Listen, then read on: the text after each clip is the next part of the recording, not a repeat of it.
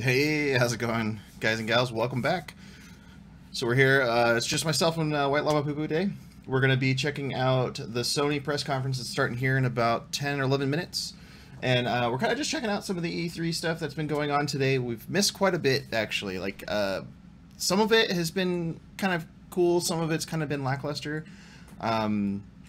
We've had the Ubisoft conference, or Square Enix conference first today, then the Ubisoft conference, and then the PC Gaming Show, which was apparently massive. It was bigger than both Ubisoft and Square Enix combined today, with just the amount of news in terms of just sheer volume of news. Now, some of it was good, some of it was the stuff that's currently out or getting updates for, or something or another along those lines. But Square Enix had a few it was kind of a lackluster show. It was only 30 minutes, only had a couple of releases, and most of it was already showcased in multiple other shows already. So it was kind of like, all right. Why are you even here? Yeah, what are you doing? Well, just imagine, like, they were also talking about how big their show was going to be this year. It was the first year they've been back at E3 in 2 or 3 years, I think.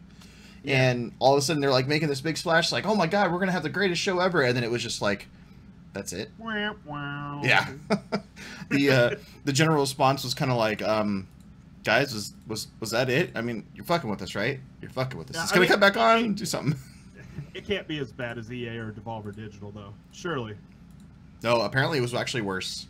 It is quite literally taking, like, worst show so far from by fans' response. That's a special kind of bad if you're not topping EA.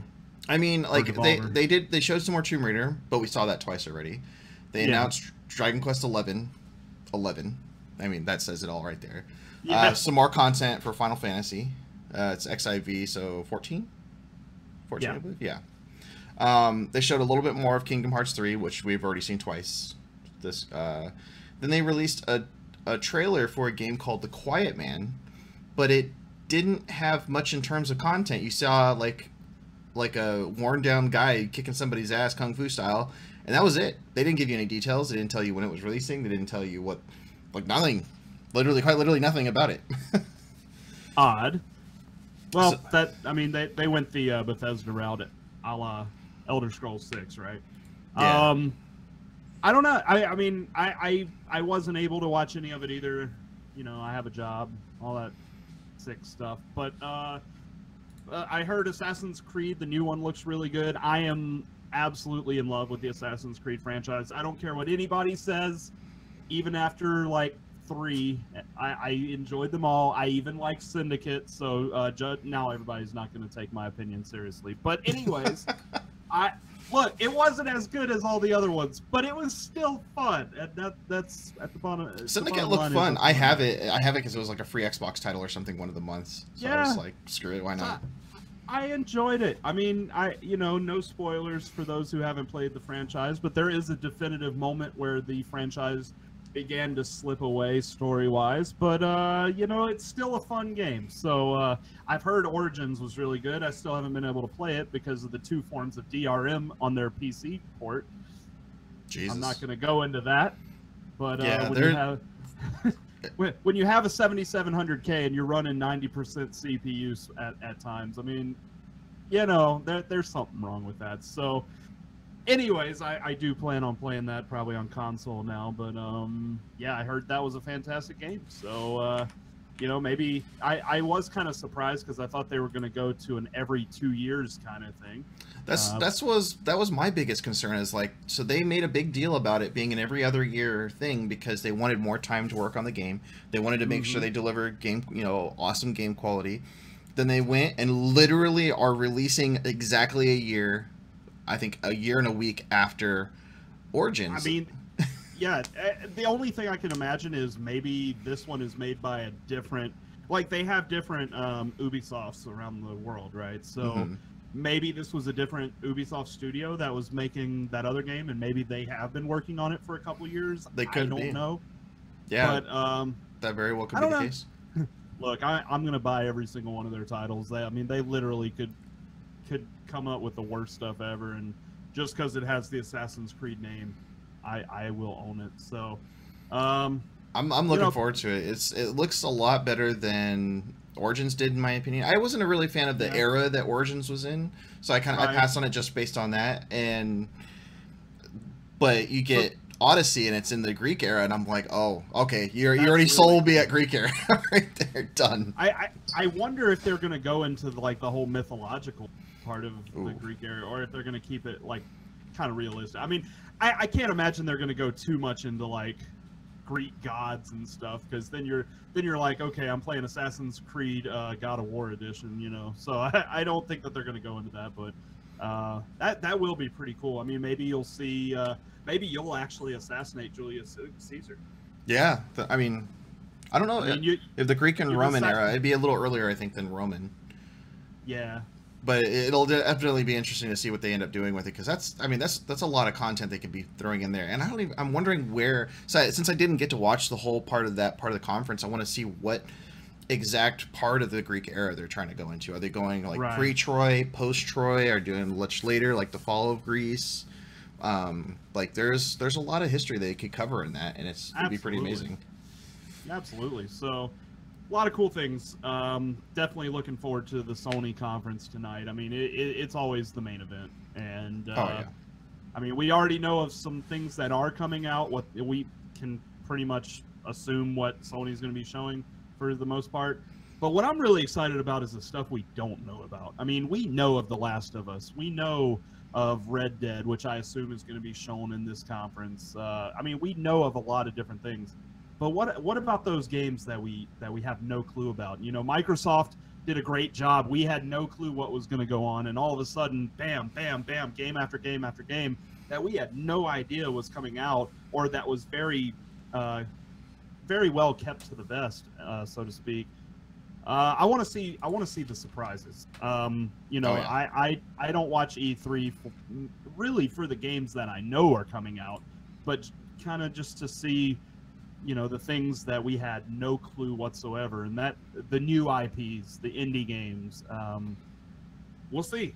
Yeah, it'll be fun to watch. That's something we were talking about a little bit yesterday too. Is like with was it yesterday? Yeah, yesterday for the Microsoft conference. Like that was the thing that got us. Really, it was the fact that we had no idea, and it was just the shock of surprise of all the new titles that were getting released, and that's something that, you know, keeps it, you know, a lot more fun. Yeah, Max, it's just the two of us, but we're the most entertaining duo in Twitch TV history, so it's going to be a good one. And welcome, Majestic Megs.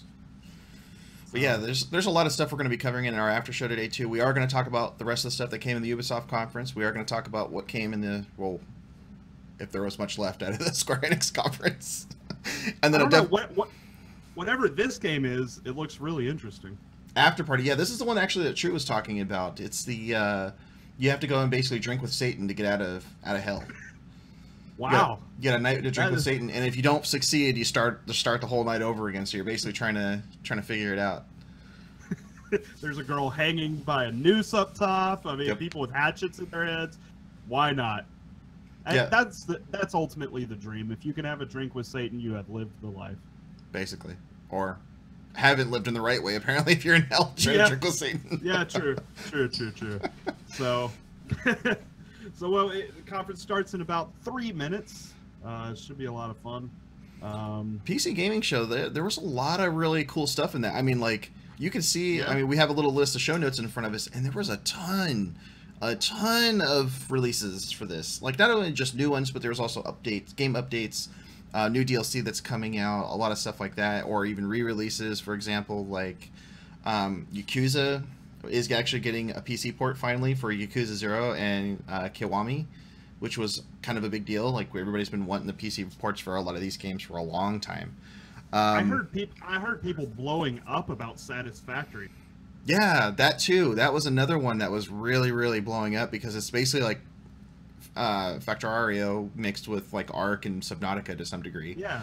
And I was like, that might be interesting.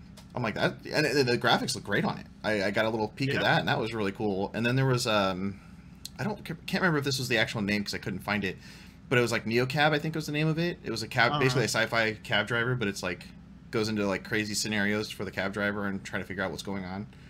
It's kind of like a murder mystery, really high, good looking graphics and everything on it too. But the big one we'll actually have to get to talk about later is Mavericks Proving Grounds, 1,000-player battle royale. Oh god! As we were talking about the jokes, they just went all out on that one. They're like, "You thought you had enough BR? Well, guess what? We're throwing 10 times the amount of players at you. Have fun." Yeah, basically. It's like the running meme of this E3 is like, who's going to release a battle royale this year? Well, they're like, wait, hold on, hold my beer. We've got a battle royale game for you. Oh, I like this. The Sinking City, a creepy new game with a BioShock feel. Yeah, that was a really cool looking trailer too. There's a lot of really cool stuff in this one. We'll definitely have to dig into this right after the Sony conference. For sure. But looks like they're getting ready to start here soon. Looks like we got about a minute left, but they're kind of showing their little hype up screen, so to speak. But man, there's even a couple of them I'm missing because I had to stop and leave like work earlier. So I was just like, what else am I missing? Because I had to actually follow PC Gamer because a lot of the other sites weren't reporting it because it was PC Gamer's show. But ooh, here we go. All right, we'll go ahead and move over, guys. We'll see you over there. Bye.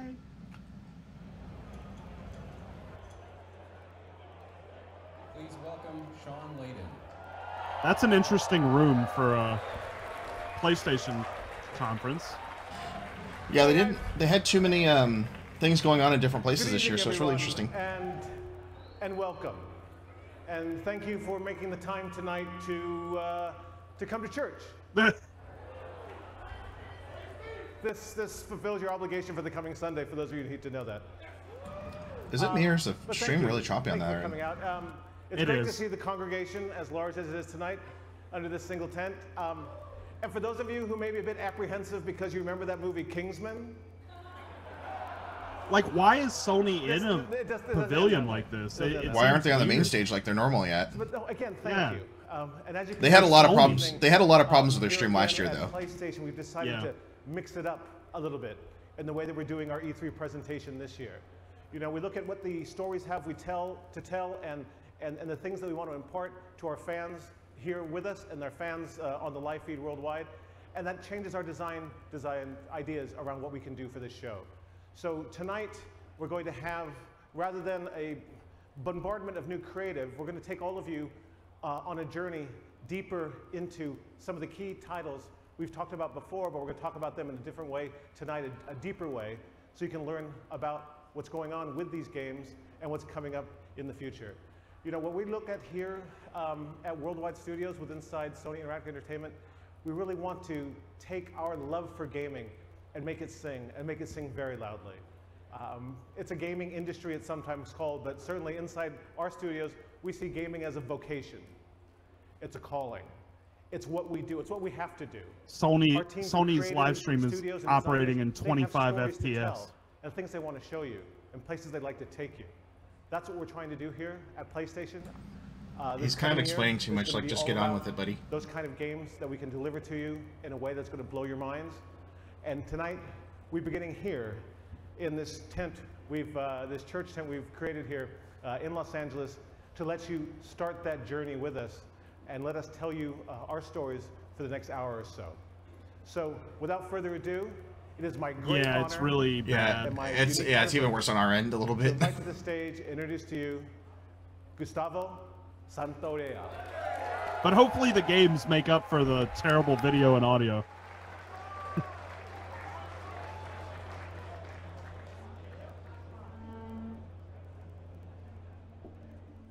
All right. First off, I'm going to say, why the fuck is everybody doing these goddamn audio mixes in the beginning of their shows now? Like, apparently Ubisoft did the same thing 3 times today. Oh, wow.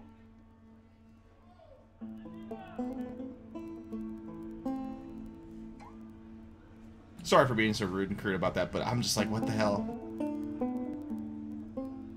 If this is Last of Us, I'm kind of surprised they're showing it first instead of last. But true story, but maybe because people already know about it.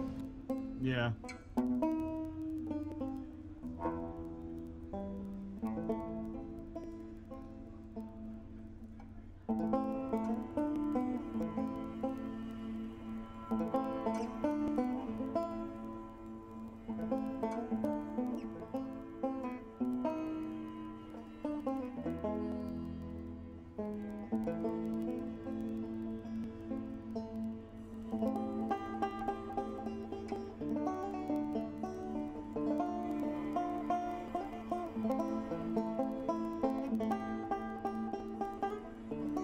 All right, where's Andrew WK?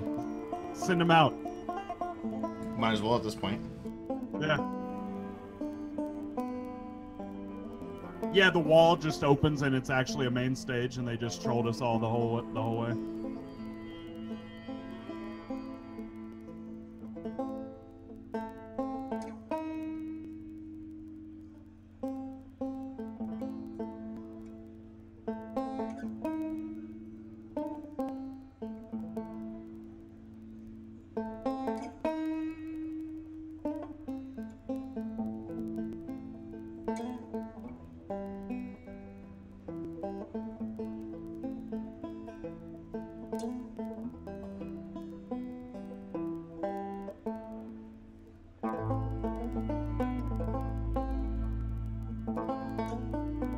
Yeah, this makes sense for if it were Last of Us.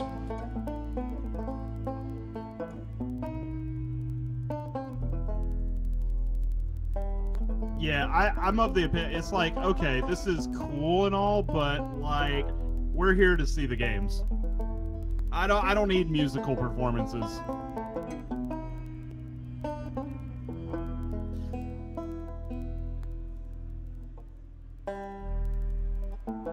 And sorry, folks, I'm trying to, on the back end here, try to see if I could actually eliminate this, like, pop sound from their stream. It's just so bad. Yeah. But it doesn't look like I could do much on this side.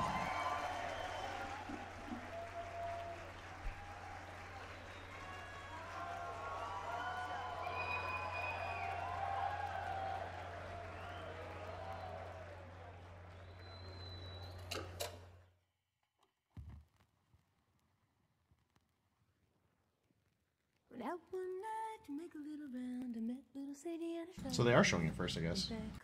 Yep.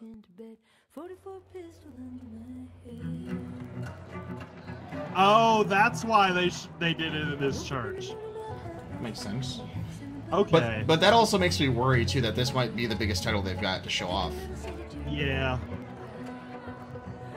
Well, at least that there's a reason why they're in this weird, messed up setting. Yeah. I was like, what's the point of that?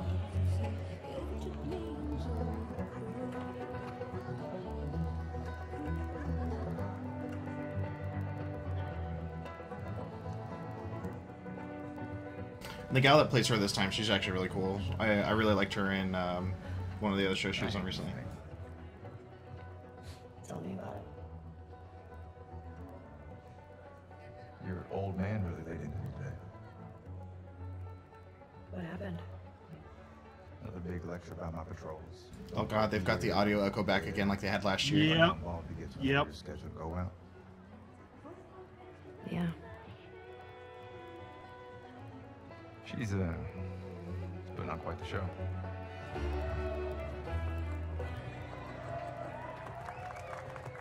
I give you guys 2 weeks until you're back together. Not gonna happen. She say something, dude? Make it 1 week. Ellie! Hey! What took you so long? Well, I'm here, aren't I? Tina? Jesse. Hey, don't forget we leave at first light, so get some rest. Yes, sir. Such a dick. Come on. When did you start? So I tuned in randomly just to check the what they thought on Very serious question. the Twitch stream, and everybody's going crazy. Fix the fucking audio. bad do I smell? Like a hot pile of garbage? Oh, okay. Oh. How about that? Gross. You love it.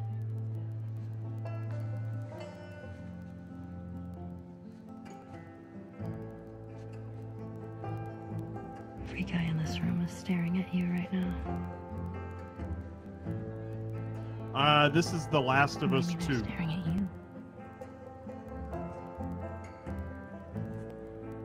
Or not. Maybe they're jealous of you. I'm just a girl, not a threat.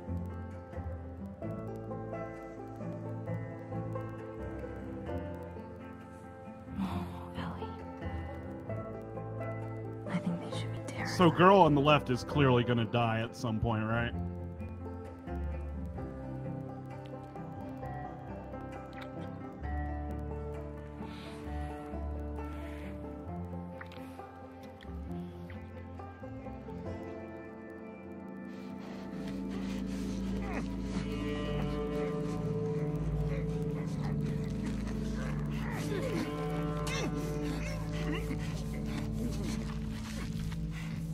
Ew.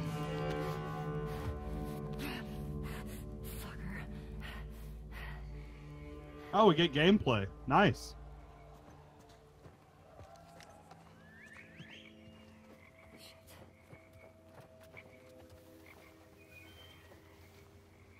Looks really good. Yeah, it does. I actually just finished Last of Us 1 for the first time. I still have to at some point. I have Mike halfway through. It was wonderful. Ew. This game's clearly going to be even more dark than Last of Us 1.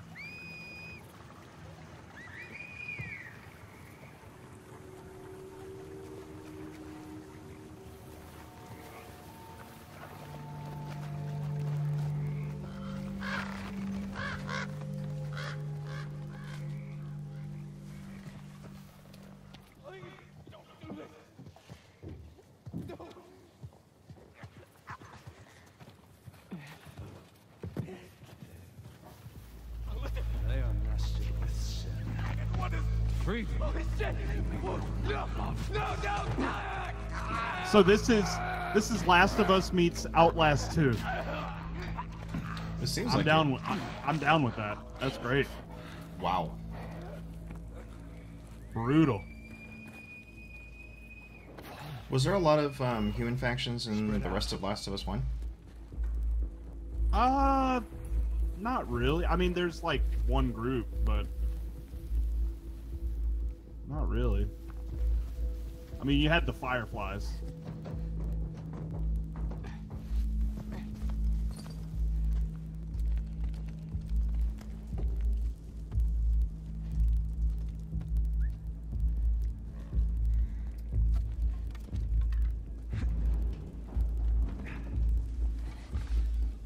See, me, I'm really, you can ask anybody, I am the best when it comes to being incredibly stealthy and never getting caught in video games. So this is right up my alley. Yes, I'm being incredibly sarcastic right now. How did that guy not see her?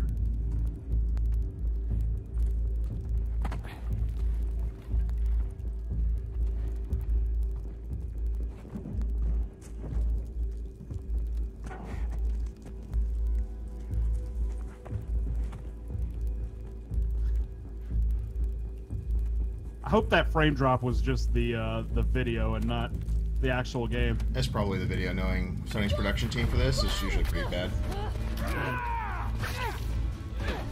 Look, she's just as good at me at being stealthy.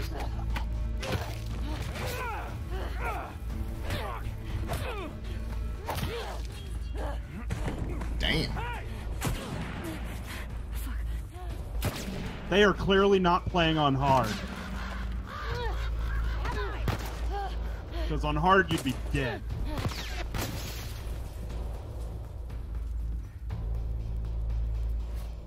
She went into the garage. Really? That's weird, Megs. That shouldn't happen. Really? They did that? People apparently don't want to live in the real world. Ethan. Which is funny because they support characters like that in all of their movies, which doesn't make sense. Right, right. Double back. Go.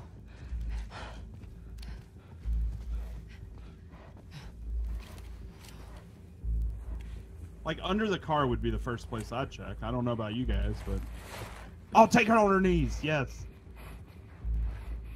Oh, man. That's one way to do it for sure.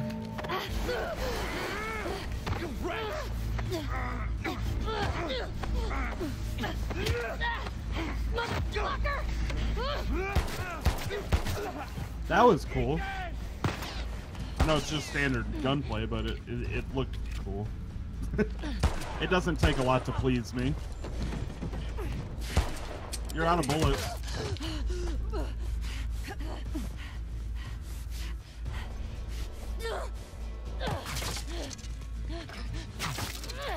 Oh, wow. That was really seamless.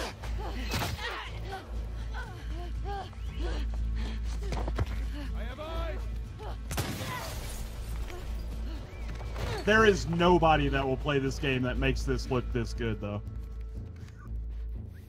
Yeah, this looks almost like a trailer still to some degree. Yeah.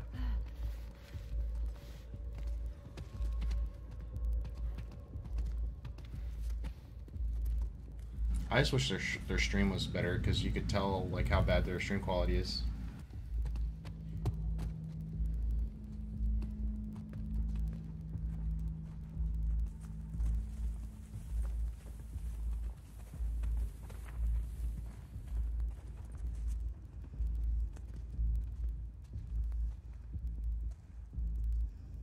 I forget, did Last of Us 1 have the kind of detection HUD that this game has shown so far? Where I think it's kind of, yeah, it's kind of like to a Far Cry.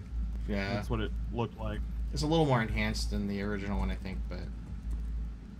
Hey, Zul.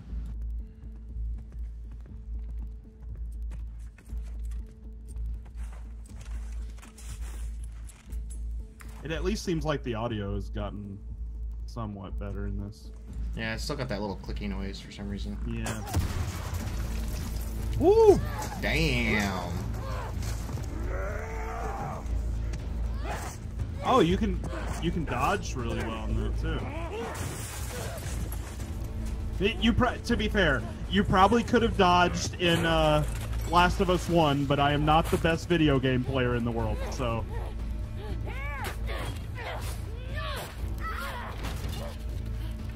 Yeah, that's brutal. Oh my god. Ow.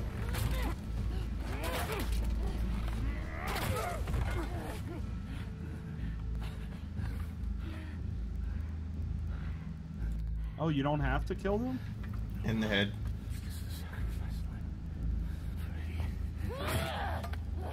Right in the throat. They're definitely going a little more brutal in this route, though. Oh, yeah.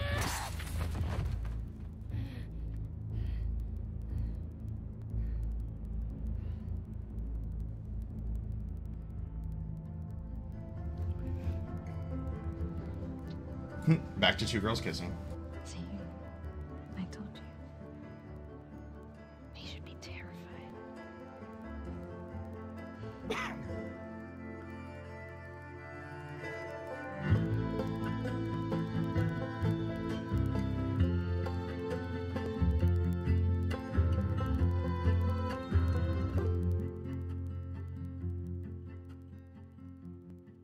Release date? Maybe? I like how everybody's kind of like, eh. Like, it didn't seem overwhelming. Eh.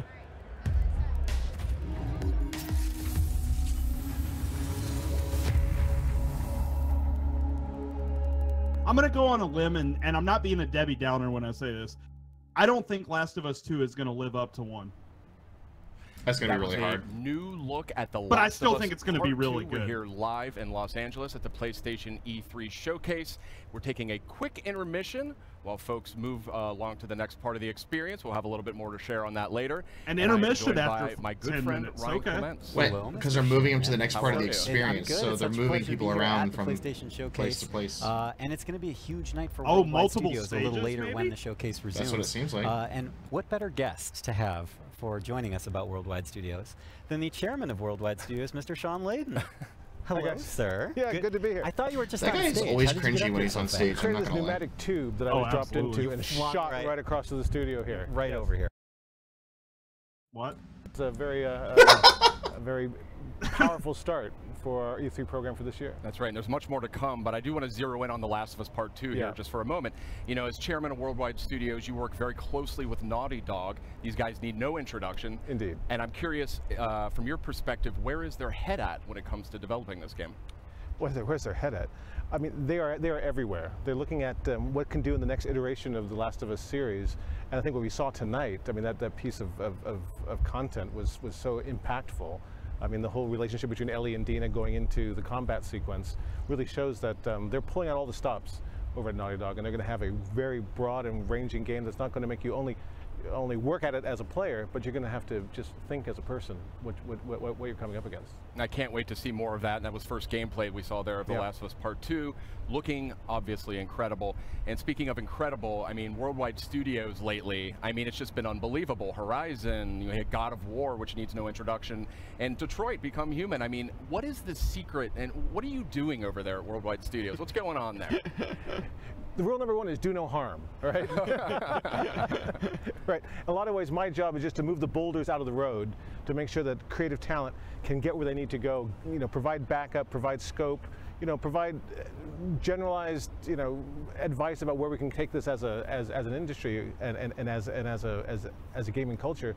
But honestly, we've got 13 studios worldwide. We try to give them as much creative control as possible and just help support them through to their vision. That's kind of what we've been trying to do here for the last dozen years or so with Worldwide Studios.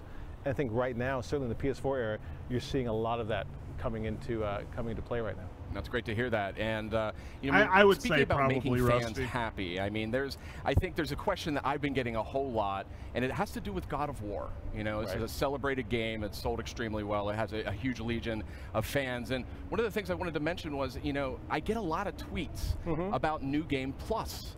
You know, is this something that you and Santa Monica Studio are evaluating for God of War? You know, it's crazy. With the advent of social media, we get a lot of real-time feedback from the fans and the community, and we listen to that. And God knows my Twitter feed is filled up with a lot of stuff that we could talk about here or not talk about at all. But it's all important. We take it all seriously. And New Game Plus is something that came through really strong and really hard through that kind of feedback loop. And I'm happy to say today that the teams are working on it, and we should have some more updates on that. We'll put that through the blog, but it's going to happen. All right.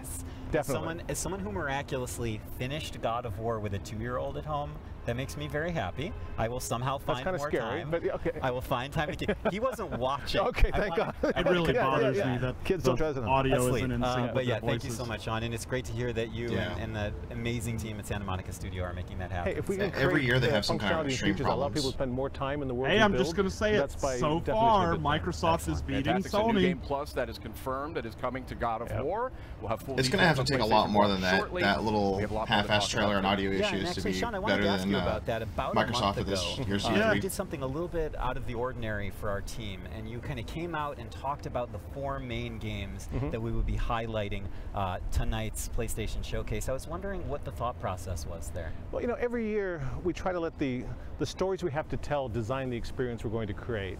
And this year we felt that what we really want to do is take people on a journey deep into the content, deep into the 4 big pillar games that we're working on right now, and get them to see a bit more about the stories you're trying to tell and the way it's going to be expressed and what they get out of it.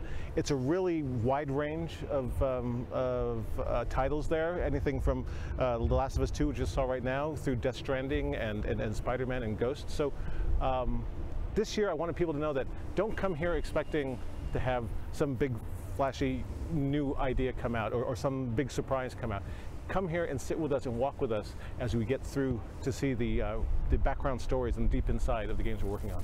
Wonderful. And we do have a lot more coming from those Worldwide Studios games in the showcase later tonight. Do you have any personal games that you're most excited about? Well, they're all fabulous, and I think the teams are really crushing it right across the board. Fair enough. But one thing I would say is there's one of the games that we're having out today that will be playable in 3 months. And available in stores, and that's our favorite web slinger. Of course. Spider-Man. So we're going to see a lot of that tonight, and I think the folks at home should be happy with what they're going to get. Awesome. Thank you, Sean. Sean, thank you so much for dropping by. Always a pleasure. Yeah, Spider-Man I'm really hyped for. I already pre-ordered that. It's great to see you guys. I'll head back to the pneumatic tube station then. All right, please. Yeah, for me, it's we do have a lot I more so far am not just a hyped by few it, minutes just because as it the looked E3 like a showcase big, quick time continues. event. But in the meantime, we also have some other we'll updates see. for you while we wait during this short intermission. So I say we kick it off with a look at the latest from the world of Call of Duty. Oh, joy. Now, I'm not usually hyped about Call of Duty. This one actually has me a little bit hyped because it kind of returns back to the roots of Black Ops. But, wow, 4 maps return, huh?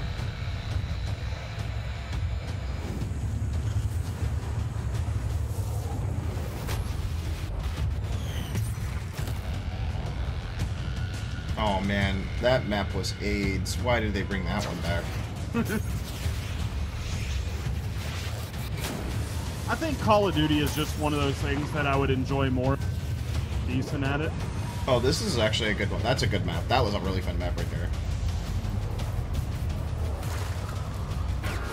Oh, and so is this one Training Grounds? Training Grounds is really good. Or Firing Range.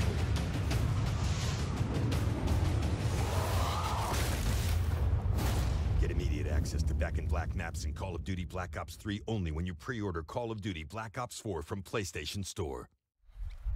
Welcome back. We are having the PlayStation E3 showcase kicking off in just a few more minutes. We're in a short intermission period here, but we've got some good stuff to talk about. And we've got some good friends as well. Yeah. Meredith Molinari and Ramon Russell. Welcome. What's happening? That's good right. to have you guys back. It's good to be back. Friendly faces right before the showcase. Absolutely. Yeah, excellent. So I say we keep this moving here. And when it comes to Call of Duty, we know that a bunch of remastered maps from Black Ops 1 and Black Ops 2 are making their way to Call of Duty Black Ops 4 this October on launch day. It sounds like there's going to be multiple, and they're just going to drag the show out for 2 hours. Maps are coming to Black Ops 3 as well for those who pre-order Black Ops 4 on PlayStation Store. Oh, that's pretty awesome. But what if I don't own Call of Duty Black Ops 3? Well, that's where it gets a little more interesting, my friend. Oh. So tonight, we are actually doing a surprise PlayStation Plus game drop, and that is going to be Black Ops 3. Black Ops 3 is coming to PlayStation Plus later tonight. Yes. Oh, that's awesome. Yes, very nice. This is why I love E3, because not only do we get to share awesome news with our audience, but PlayStation Plus subscribers get a little treat. Get a little tasty treat. Right, little mid E3 supply drop for you there. There you go. Perfect. You know, we've been sharing a lot of good news. We got to share 5 really cool announcements last week when we did our countdown, kind of ramping up for tonight's big showcase. Why couldn't you just show trailers? That's right. We had the countdown to E3, and that was 5 game. Yeah, why did they need somebody to talk about it? Over a span of 5 days. Yeah, a lot of just great run stuff trailer announced. after trailer after trailer, and then go back to the main stage. I mean, it's not hard.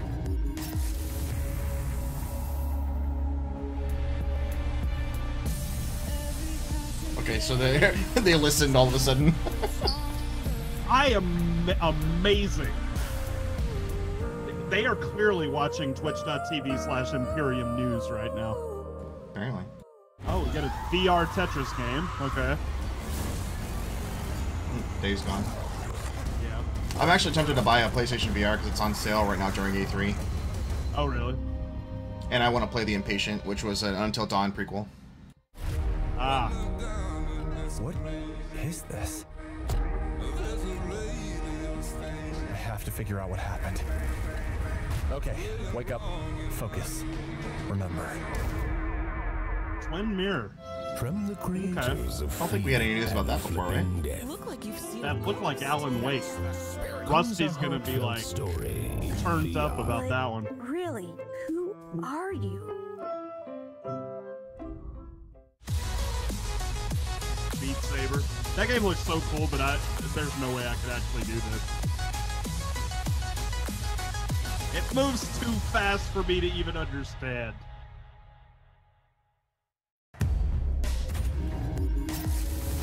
Now, Beat Saber, I'm actually tempted to buy because I have an Oculus that I need to use more. Welcome back. We're just a few minutes away from the E3 PlayStation showcase. They're in a when I say a proper few minutes, I mean now. we're really. So let's keep moving here. There was a lot of great stuff here. Oh, and we can see the crowd is seated.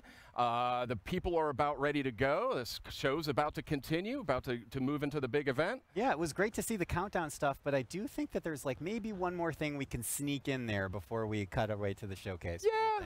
Yeah, let's squeeze it in. Let's squeeze it in. Okay, so this next franchise boasts a huge loyal community of nearly 6 billion hours. Incredible stat. Yeah, they play that so much. A lot. They do. And we're going to take a first look at the next chapter right now.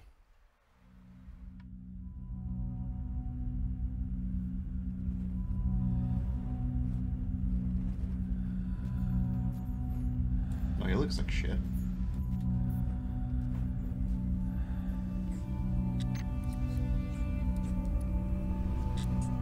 A lonesome star in a bitter sky.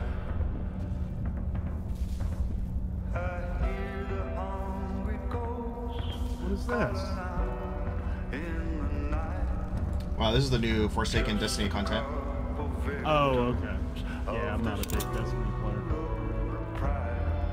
Am I strong enough to let things just die? Did they just kill off Cade? That'd be interesting.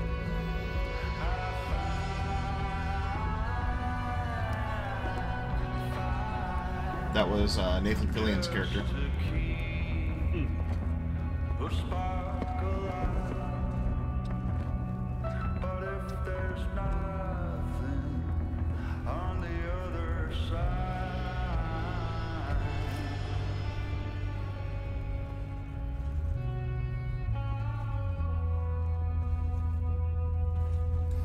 Oh, that's the guy from the Rifts in the first one.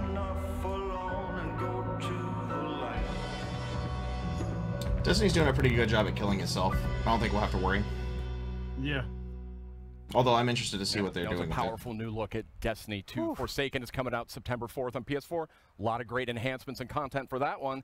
And yeah, it looks really good. There's a lot of buzz about that Gambit mode coming up, and guess what? If you're at E3, you can play it at our booth. Not too bad. But not too bad. There's barely any time because we're about to get to the showcase. That's right. We are really seconds away when it comes down to it from the rest of PlayStation's E3 showcase.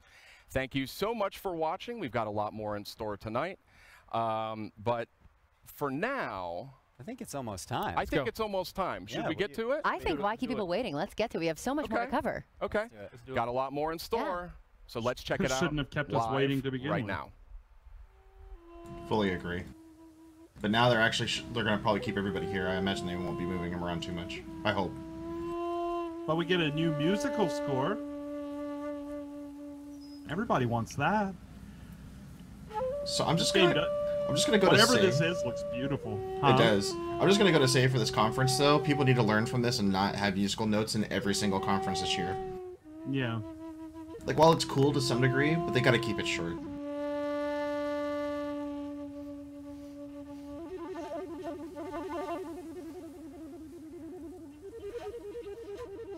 I mean, if that's the game behind, I mean, it looks pretty. I'll give it that. Unless it's the answer to that, that one Japanese Dark Souls game yesterday. Ooh. That'd be really interesting if they show off the same game, though. Yeah.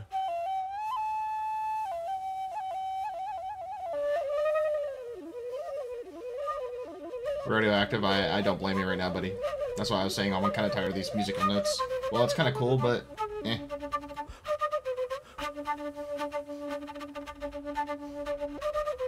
The Kotaku live blog said they were moving people through 4 game-themed rooms and then into the main stage.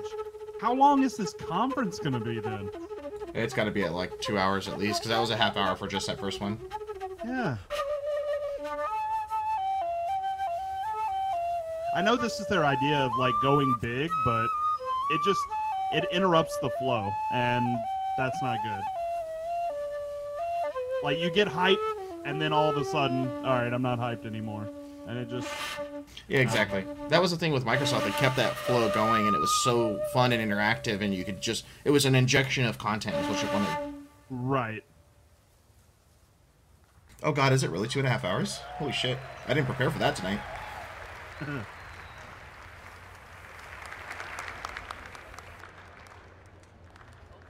Oh, thank god he's dead.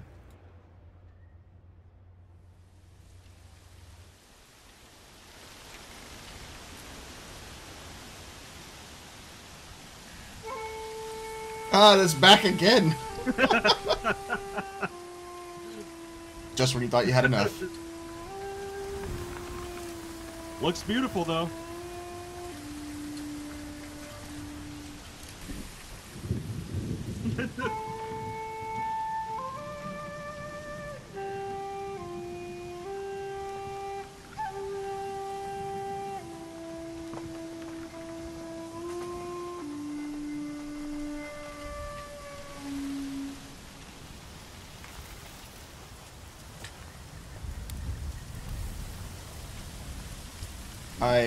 Temple's close.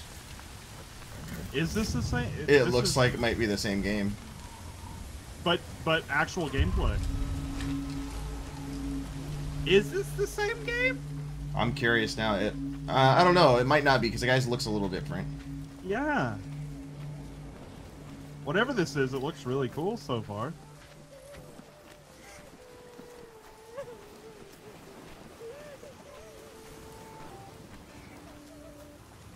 But let's be honest, who's just walking around? Come on, run! It's a video game. Maybe they have it forced where you can only walk. I think that's everybody's thing right now. It's like, because they've already been delaying this out, it's like, okay, hurry up and fucking go. Just get this going. I don't think it's Neo DLC. I could be wrong. That's a whole different character. I mean, it may be. That'd be funny. Nobu, come! Finally he runs.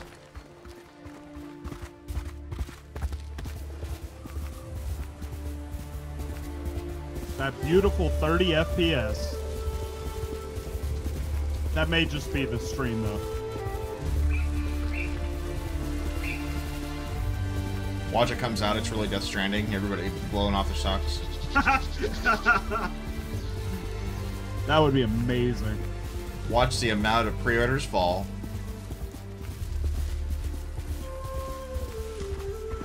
I'm liking this this overwhelming amount of Asian themed games that have been coming out lately. Because I think it's got a really rich culture that they can explore. And I don't feel like it's been explored all that well until recently. No, not at all. And Dynasty Warriors doesn't count. Right. Ooh. Enough!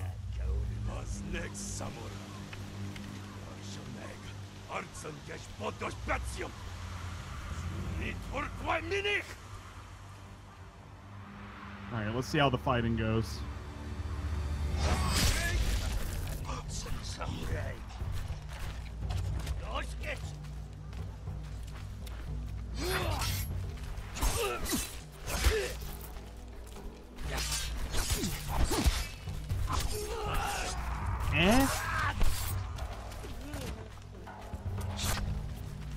Then it gives you a couple of varying enemies with like a shield and stuff.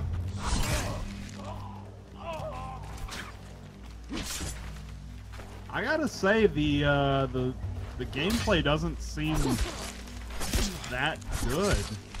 No, it seems like a kind of a dumbed down Assassin's Creed. Yeah, it seems incredibly clunky.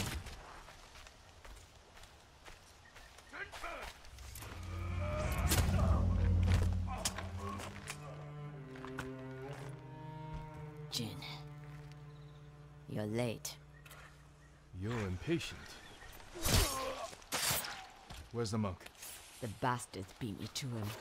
Now they're torturing him at the temple. Come on. You think the monk's a hero? We need him, Masako. Everybody speaks in perfect English. Down. We could take them. No. Remember Sago Bridge. We strike quietly. And they kill the monk.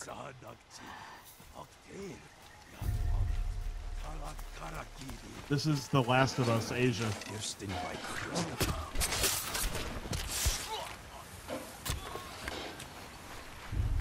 Did he just rip it as jugular? Yeah. I'll guard the exits. Just get that monk.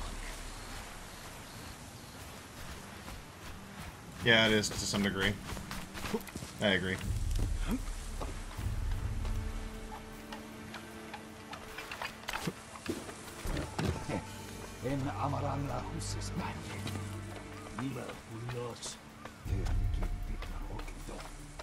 Oh, okay, that would make sense too. I mean, beautiful game, but the gameplay itself just seems really clunky. That being said, this may be an early look at it. Well, I kind of I wish we could also get a proper stream too, where it's not capped at like 25 FPS. Yeah. Like this video quality for them is actually making a lot of their games look not as good as they should be. That's also true. Now that was very Assassin's Creed-y. So quick time events. Yeah. Lovely. I mean, that was cool, but the new Drake series, but Asian style. He called reinforcements. We have to move.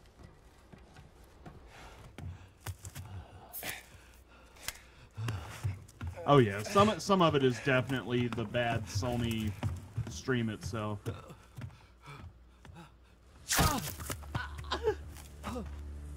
Masako! Stand aside, Jin. He betrayed my family. Run! If we fight, the Mongols win. Wow, They already won. Meg, send me that link here. I'll give you a link to PM.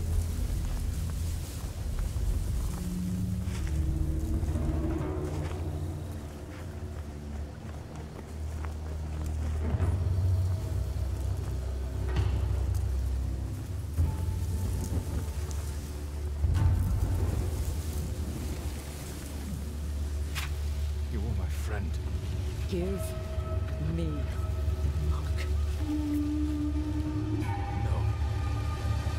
Oh, there's dudes running in the background. Like far background, there's like a whole army back there. That's pretty cool. Now this looks better. This gameplay seems a little bit smoother. Well, it's definitely faster paced. Yeah. This game on PC would be gorgeous. The Last of China. Hear them coming? That's our enemy.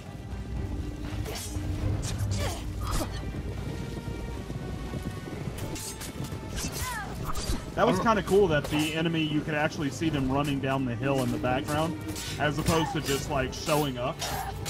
Yeah, that is really cool. I kind of wish they would do another Bushido Blade. Yeah, I don't know if you ever played that in the PS1 or 2. That was a fantastic series. I think this might be one I might be willing to give a try. Of course, I need to know more information about it.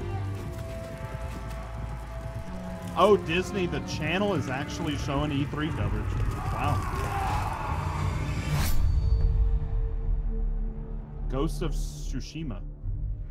That could be cool. I'm willing to give it a chance. It's by Sucker Punch.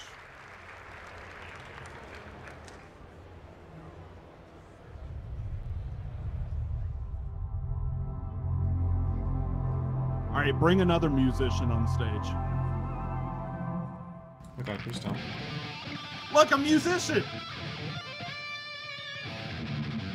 It's a banana. Goes to too many flutes.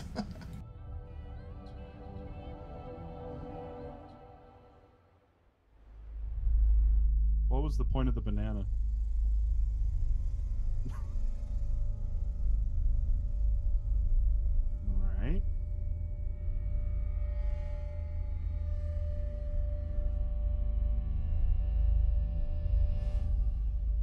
Literally nothing's happening. I'm intrigued. And the gun is like moving. It's a shifting place. There are rules and rituals. This seems interesting. Traveling deeper. Yeah.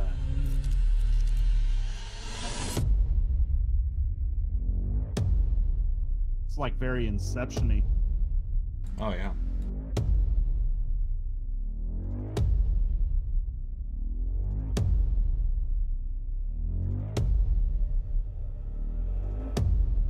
Interesting.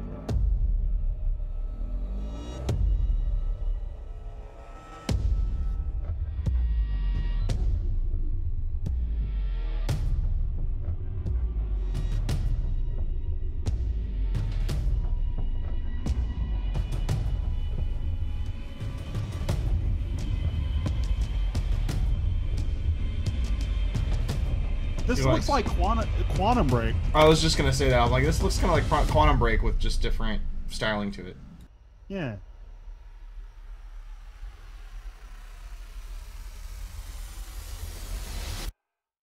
Control.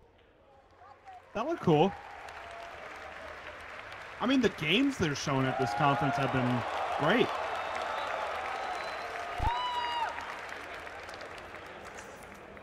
It's just a weird decision on how they're pacing this. And the weird thing is, like, the thing that's kind of making me upset a little bit about this is there's no release dates on any of this stuff. Right, just like 2019. They don't even say 2019? Yeah. This must be a VR game. Roach VR game.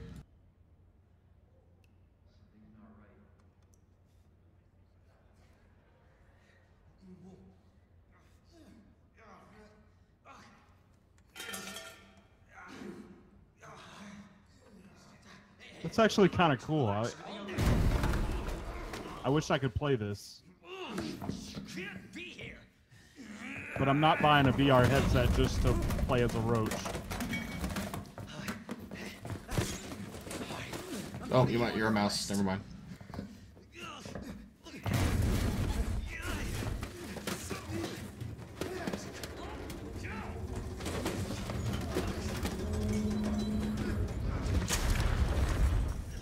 Splat. Sir, I've got this. Officer, you need help? What are you doing? Get off! No! Get off of me! Oh, you're a rat.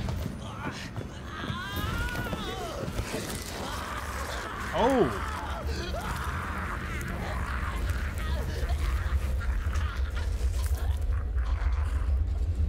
This is more Last of Us? Evil? Resident Evil. Wow. More Resident Evil, huh? Yep. Jesus Christ.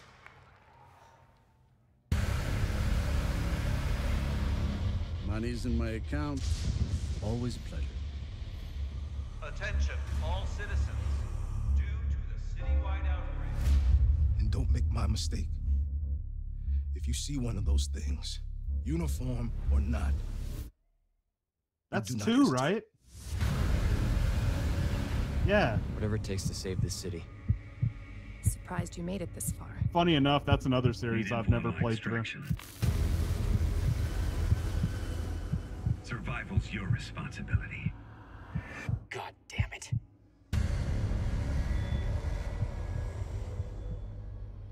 Will you help me? Of course. Wait, so is this a remake of RE2? Yeah. Yeah. Looks really good, too. For this to happen. Like, I don't know what the original looked like, but I'm pretty safe to say that it didn't look like this. Oh, no, not at all. It's coming. It's coming back. You know what remakes I really want Silent Hill remakes. Nah, like Silent Hill would be really good, but Parasite Eve I would also really, really want. I still need to play Parasite Eve as well.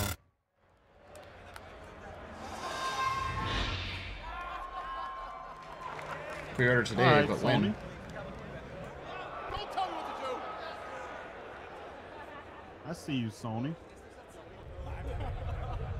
All right, let's get another musician on stage.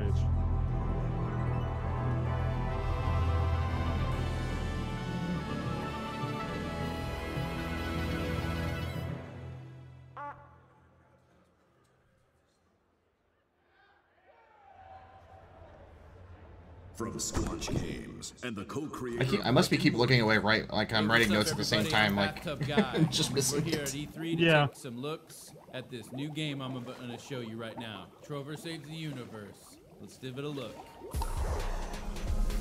Oh, whoa, there's some action platforming stuff in this little piece of shit. I'm the bathtub guy. I'm always in my bathtub, but you know, that's not about me right now. It's about this game. Whoa, look at that. That's exciting footage I just saw. Oh, I'm playing it right now. Look at me. I'm a cool cucumber over here playing this cool game.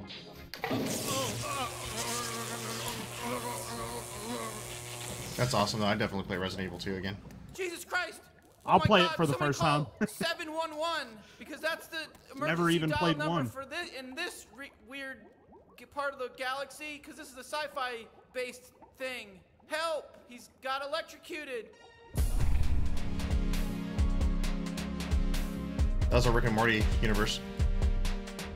Yeah.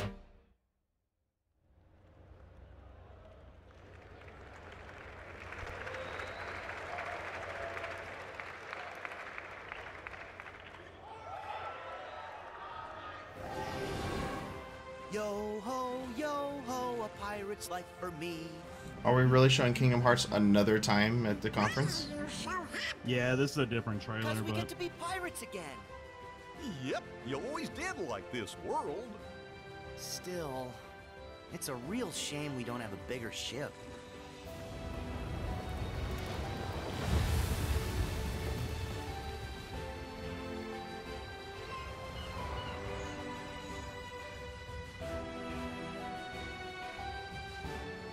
damn it, now I have to watch the Pirates of the Caribbean movies too?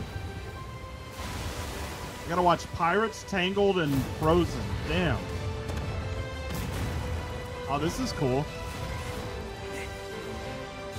Not the Assassin's Creed Pirates, that gameplay, but it'll do.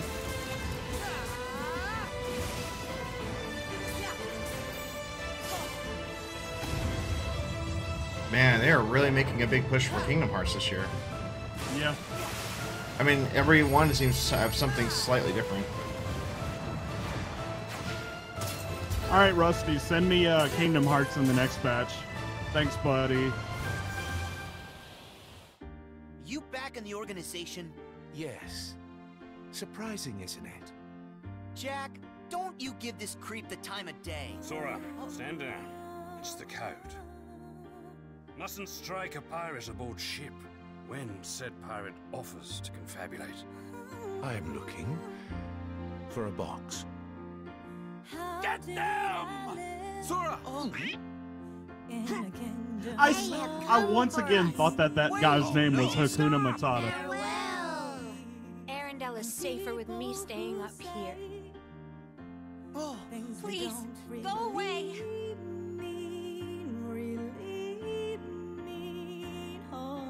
And the Unversed collected enough screams and sadness from those children. Yeah, and the whole time God, I gotta watch Monsters Inc. too. You're following her. Well, they were going through like every single new franchise too in this one.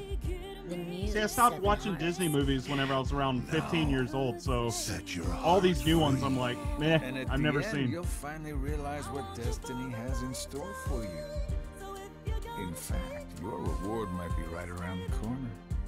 Hey, Axel. Huh? Hey, liking the look. Cut your hair, too. Mm-hmm.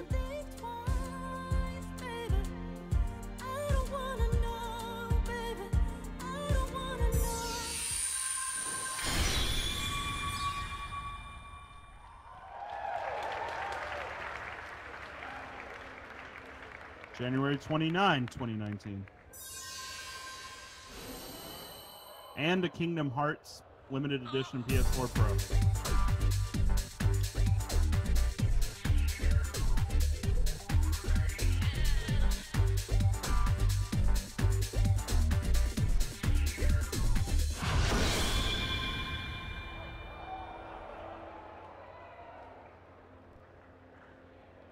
So that was unique. I don't think they had the... Did they have that special pack on the other ones? I don't think so.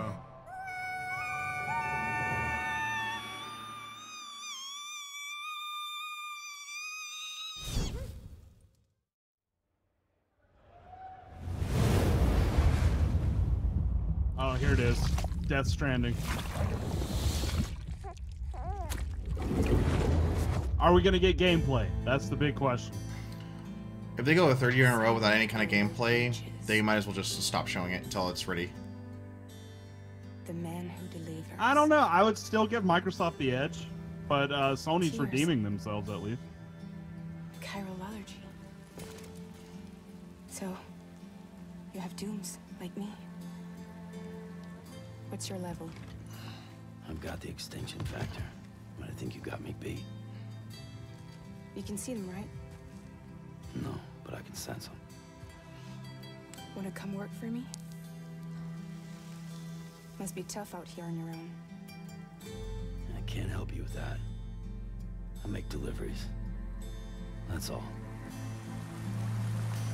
Show gameplay.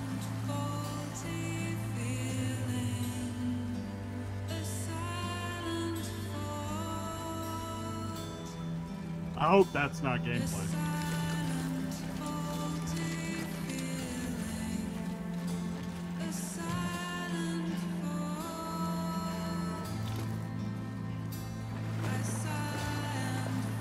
This is gameplay. We're gonna see this guy walking around for a while. I gotta say, the world looks basic. I mean, I don't know.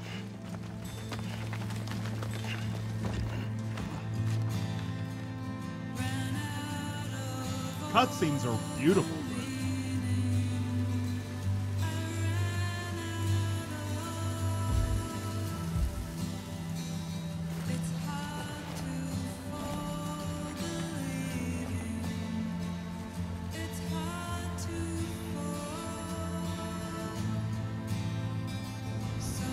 Still, it's Hideo Kojima. I will definitely be playing it, but nah.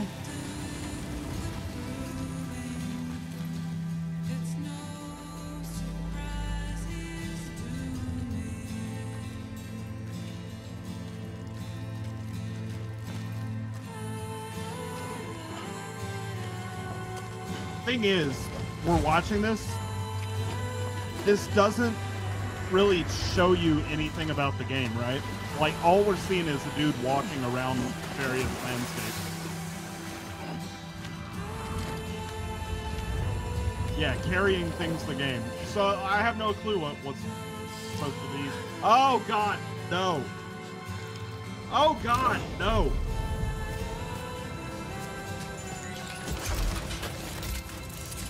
It's the rip off the Toenail Simulator.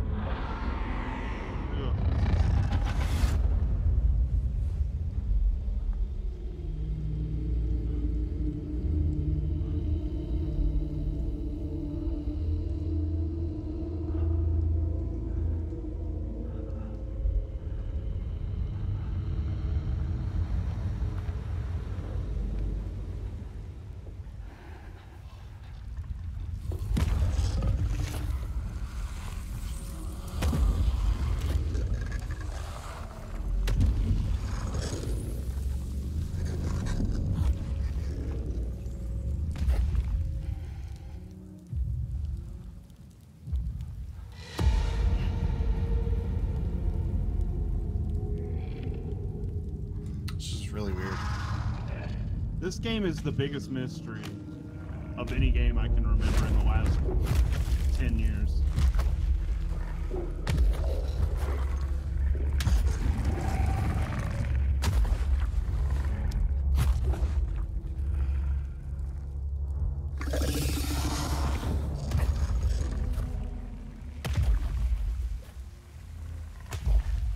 What's weird is like human hands. Yeah.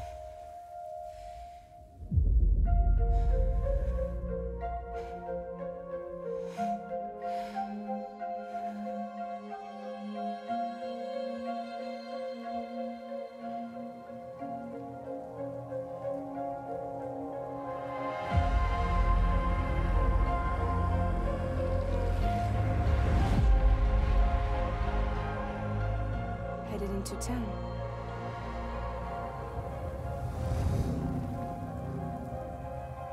Watch yourself.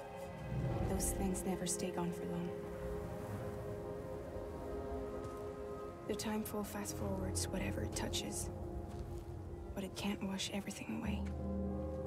The past just won't let go. I'll see you around. Sam Porter Bridges.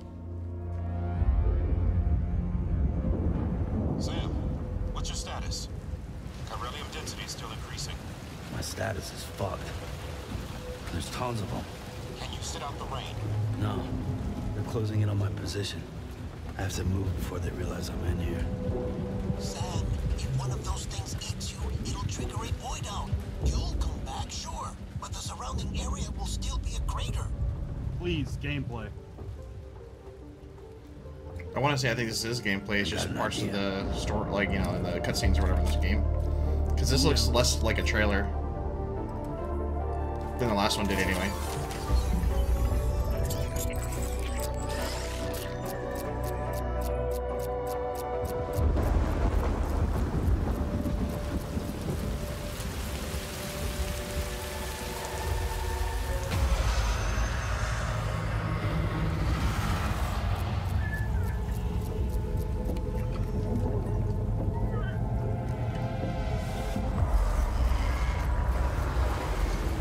I mean, this is definitely gameplay.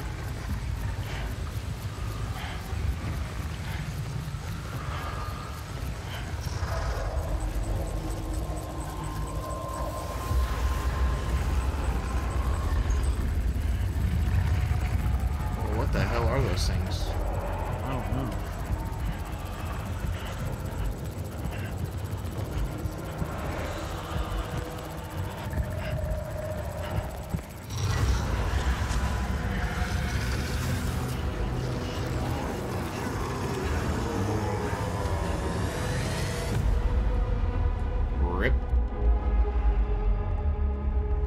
All right.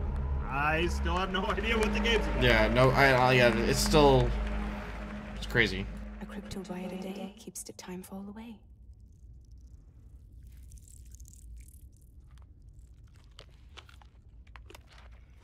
Yeah.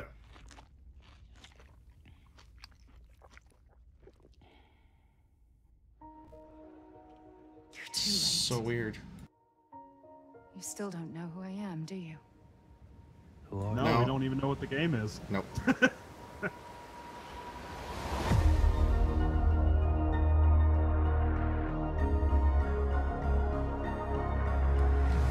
Was that supposed to be a dramatic reveal? I guess so. There was another name in the list of people in there.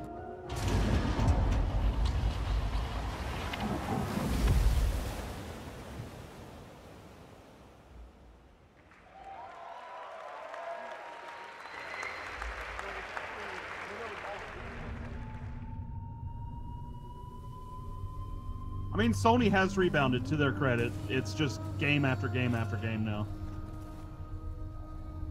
This must be the Dark Souls one.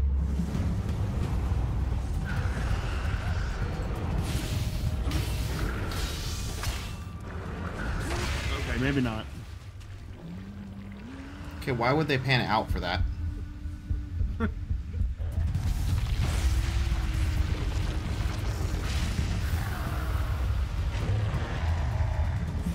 Is this Neo?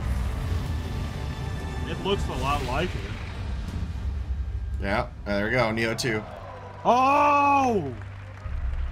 Alright, that's my most hyped game. Not even close, actually. God, Neo was wonderful. Please give a release date for Neo 2. Please.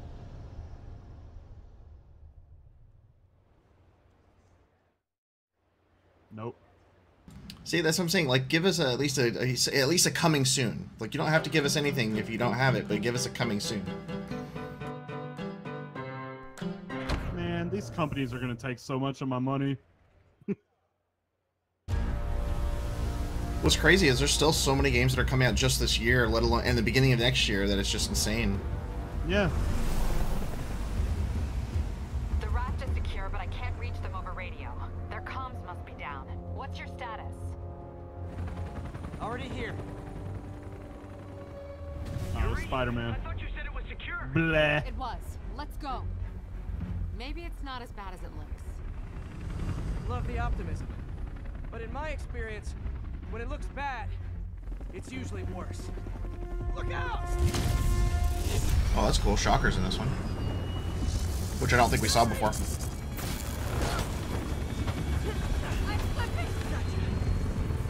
Hold on!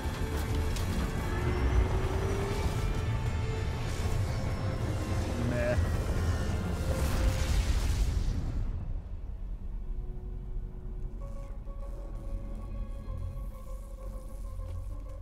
You okay? Yeah.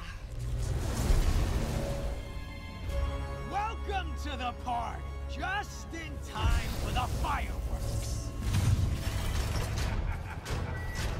Looks like we made parole, boys. I'm out. Electro? Why is he letting everyone out? I'll head for the main control center and see how bad the situation is. Got it. I'll go join the party. Everyone just quietly go back into your cells and lock the door behind you. Okay? Please? Well, this is actually proving it's not just all quick time events. So it's gonna essentially be the Arkham fighting style. All over again. Yeah, it seems kind of like it, just a little faster maybe. Like fish in a barrel. I don't know, it's just doing nothing for me. I don't know. Maybe I'll be proven wrong, but just so far it's okay, you know. Oh, hi, Rhino. Hope you like surprise, Spider. Surprise? What is he talking about? I'll play it for free. That's what I'll do. Just trapped in a prison with every criminal I've put away in the last I'll let 8 Rusty years. give me let me borrow that game. Electro must be Scorpion. working for someone. This is too good. Wow, these characters are crazy. Scorpion, can you hold on a minute? I was in the middle of a phone call and it was busy.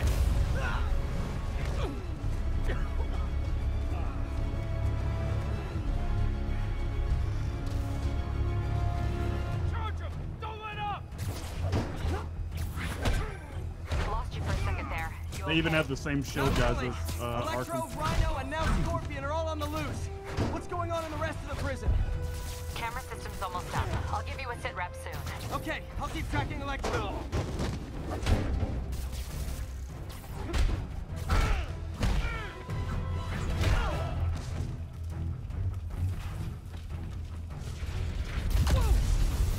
Come on, Spider-Man. I thought this was a chase. I'm trying to figure out who that character is, like the guy that plays the mocap guy. It looks like somebody familiar.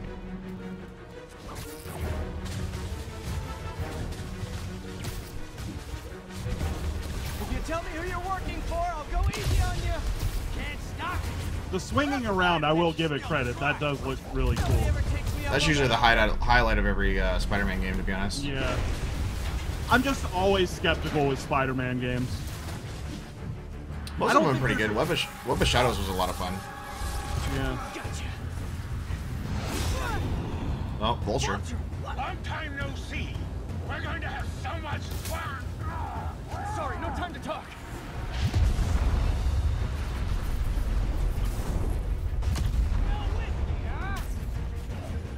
Okay, I got the security cameras back online.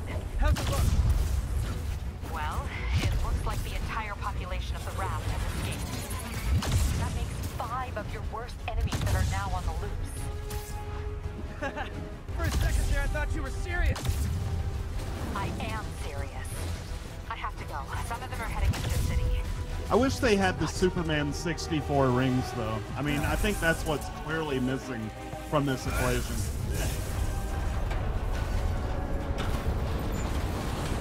This Shocker is insanely powerful, though, compared to the comic book version.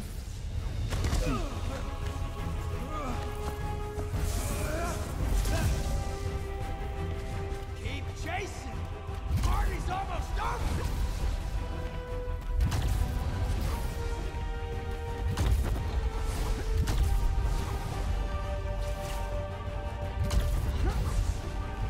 The platforming looks really cool. That's a huge fan of platformers. I'm just not sold on the fighting, but the platforming looks really cool. Dashing. Where'd you get it? It's an exclusive club.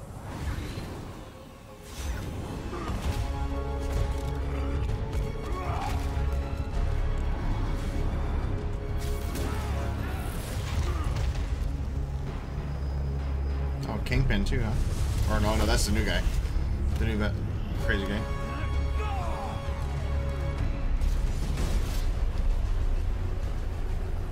Remember, he said not to kill him. Good idea. In fact, we don't have to do this at all if you don't want to. We definitely want to.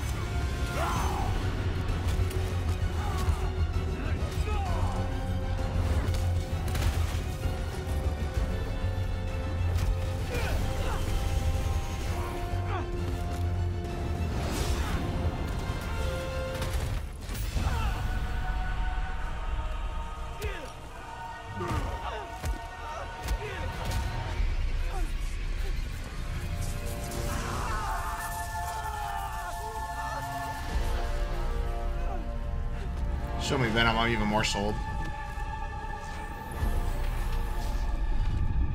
I'm surprised that they're showing this moment, though. You?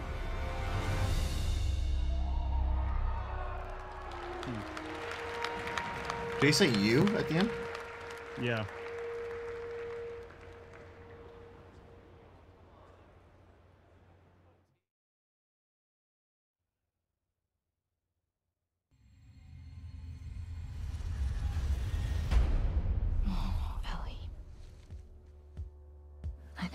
Wait, are we gonna watch The Last of Us again? No, it looks like we're doing like a recap. Oh, okay. I was about to say.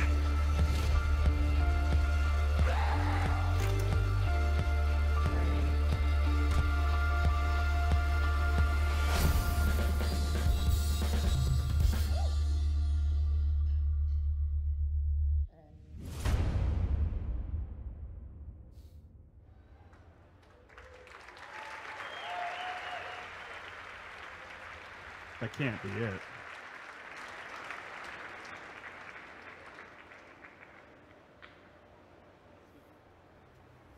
No.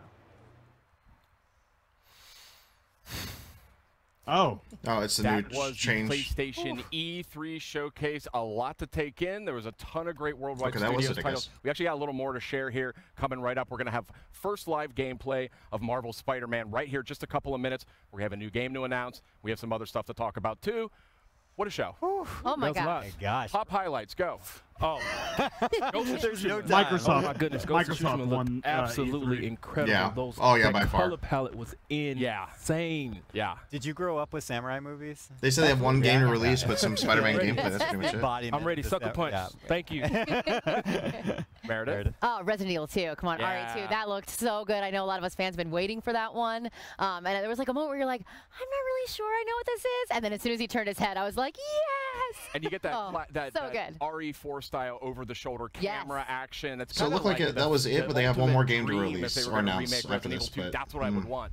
So, but that other game it'd have to be like uber mind blowing for anything else to happen. Right now, Microsoft definitely took the cake with this one. More questions. Sony has some cool stuff. I think they're a second so far until Nintendo comes out tomorrow. But it looks as if we were getting kind of an allusion to a lot of gameplay in there, and kind of what the character of Sam is going to be doing in this very unusual world that is inhabited by some very unusual and scary things. And people consume strange and unusual. Well, bugs. Microsoft had continue to be a theme. Yeah, it wasn't a myth. Don't know what we're gonna find Sony out there, had some, yeah. some really cool ton games, of great stuff but in the show Microsoft overall. talked I mean, about Neo them, 2, that was a crowd just pleaser. That was one that was great to see get out there. We got an update on Kingdom Hearts 3. We got a lot of other great stuff. We had a new Remedy game.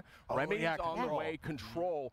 Really stylish trailer. Really looking to I want to learn more about that one. I mean, it just looks like I'm not really that sold on Sony's. Like Sony had some cool stuff. Like Llama said, really cool stuff to show off. But in terms of actual like stuff we're really looking forward to, like 80% of the stuff they showed, 60% or maybe 70% of the stuff they showed didn't have release dates at all. Right. Not even a year. I mean, just one after. Whereas, like almost 80% or 90% of Microsoft stuff did have a release date of some sort. So we're gonna see live gameplay. And it was just a better show too. Yeah, the show itself like kept its pace, and it was a lot of fun. This moment to announce a new game. What do you think? Do it. Okay, do it. So nonchalant. Oh, they're announcing a new game right now. Hits keep coming. Yeah. So you guys know From Software. Absolutely. I'm aware of them. They have created a lot of great games over the years. It's going to be the Secura game. A PlayStation VR game. Oh, VR. And it is a quite VR from software the kinds game, of games that we sort of know them for, but it's very, very interesting. Okay, this is not and I'd like that to one. see the first footage of that right now. All right, so let's see what this is.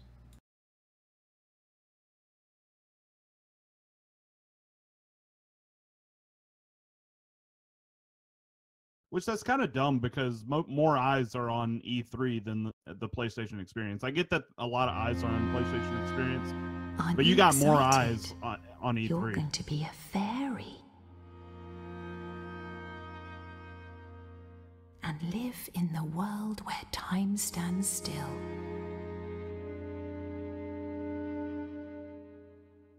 Where nobody can see what you're up to ever again.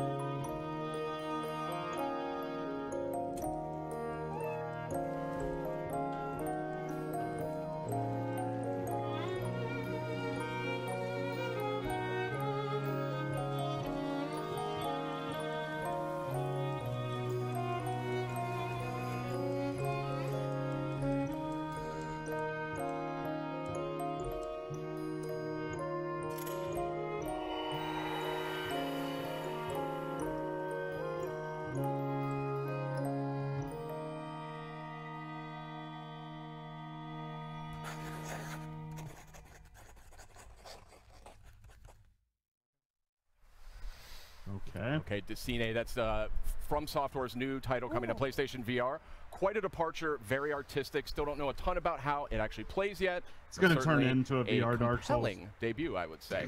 And speaking of compelling, let's get to that Spider-Man. It is time. We have some folks from Insomniac We sure do. Brian, Adam, gentlemen, hey, welcome to the program. It's so great to have you here. I just have to say, first of all, thank you guys for giving us your time. Of course. Yeah, of course. Happy to be here. And also, congratulations, kind of closing out some of the show there with Marvel Spider-Man. How does it feel? It's surreal. We've been working on it for a while, so it's nice to be here. And obviously, we showed you. People wanted villains, so we decided we'll give you a lot of villains. And now, and the next question is, can we play the open world? And Adam's gonna show off the New York City.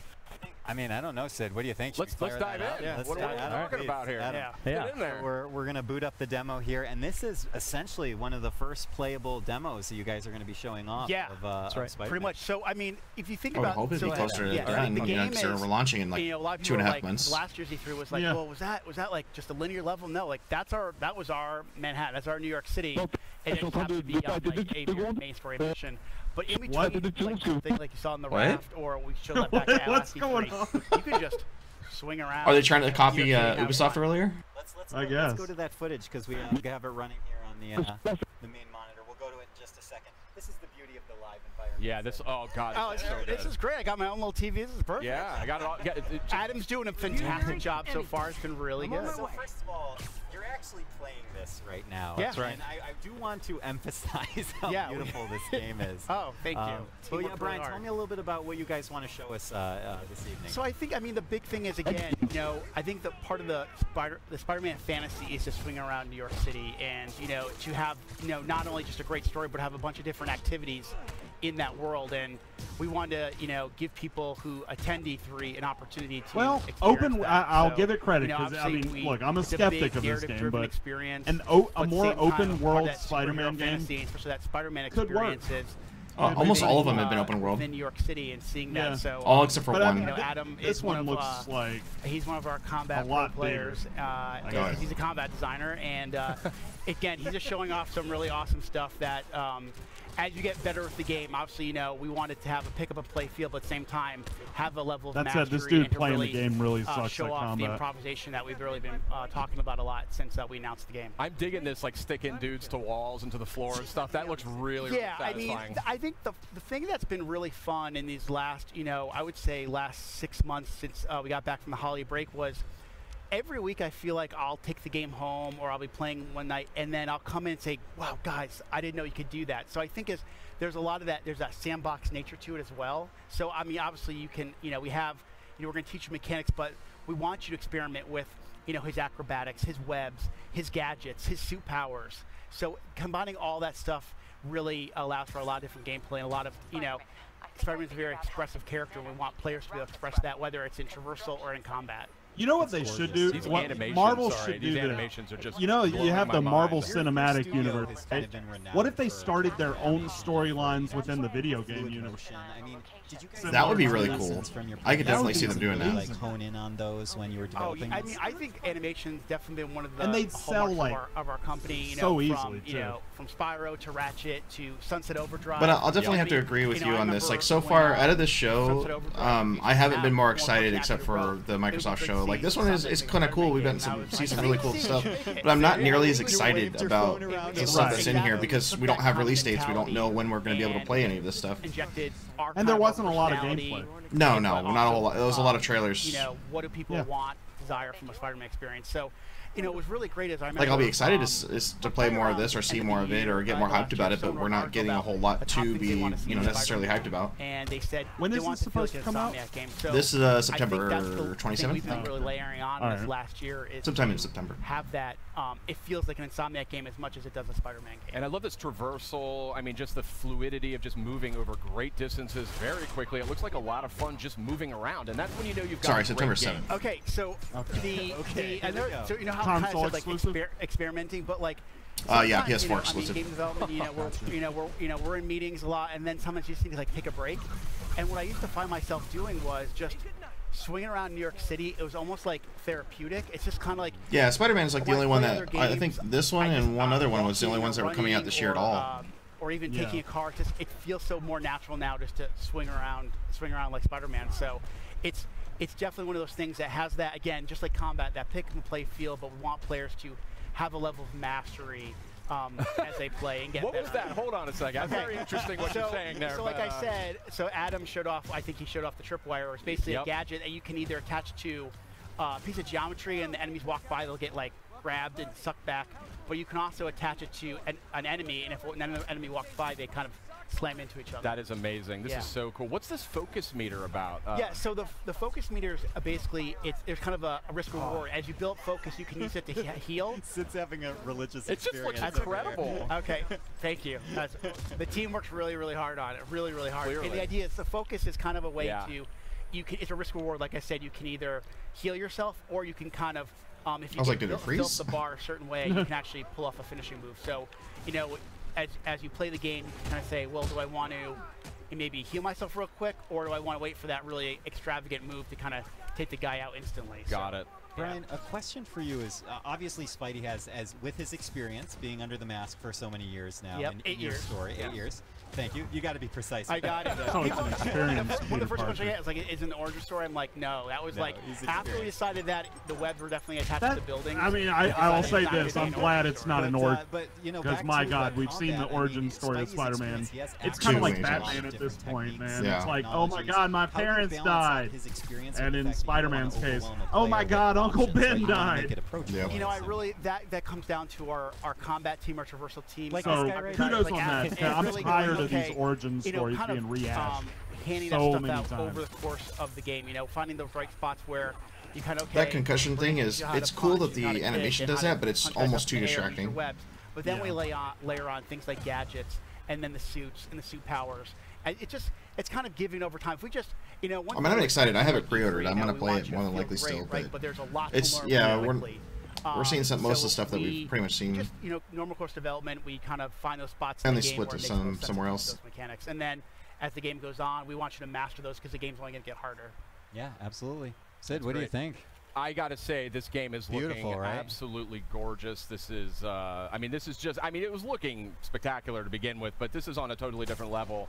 And I can just see that so much. I can see that polish, though. That's the thing, and that's what comes out in that final few months of development. Yeah, if you guys watched the press conference, right? Sure. You saw all those games, those first-party games, and they all have a level of polish. And to be in a press conference with the likes of a Naughty I wonder Dog if you die, if you failed to put a spider web on one of them. We are very honored to be, and we know there's a certain level of polish that people expect from a PlayStation game, especially a first-party game. So we want to be considered right up there. Well, and not to mention also from the Marvel, Marvel fans expect to have that perfect experience. Of course. May I just ask real quickly, as we're it's definitely very fluid, Rusty. From a personal perspective, what's it like? I'm really liking the gameplay of it. I'm excited to be able to play it. Big screen and see your game after all that time and all that work. I'm known as a crier, so it takes a lot for me not to get choked up. Like right now, they're playing the theme song to the game in the background as we're sitting here, and this is an amazing industry, and to be part of it is one thing, but to work on something you truly love is something that. That's what I thought. I thought that they were eventually going to do some kind of time oh my God, mission could I ever work on a Spider-Man game? Where you had to like save the city by just destroying bombs. It's just absolutely surreal. I use that word a lot when I describe working on this game. Oh yeah, there's always some of those in Spider-Man games. Yeah, and that feeling is felt by so many Insomniacs, so we couldn't be proud. But at least it looks like they give you plenty of time. Not only from Sony, Marvel, but also the fans has been spectacular. Brian, it just looks incredible. There's no other word. It's the games that give you a super tight window. I really am. It's stunning. Just look at that. How can you not be blown away by that? But we do have a limited amount of time here. Brian, you're an industry veteran. You've been in the industry for a long time. I know this is a lifelong dream for you working on this game. And I want to thank you and Insomniac for making it. Thank you for having us. And for coming by as well. Spider-Man was so awesome that it broke my mic, and I have to use the stick mic now. I thought you just wanted to look different from all of us. Yeah, I just wanted to stand out a little bit. Yeah. But Sid, actually, I think a little earlier we were able to maybe get some footage of some of the amazing experiential stuff that's going on with Spider-Man. Right? There really is something incredible going on here at this PlayStation E3 showcase. It's on a scale and a scope that we have just never seen before. And so we have people here, they're playing the game. We have a lot of hands-on sessions for folks that are here for the showcase.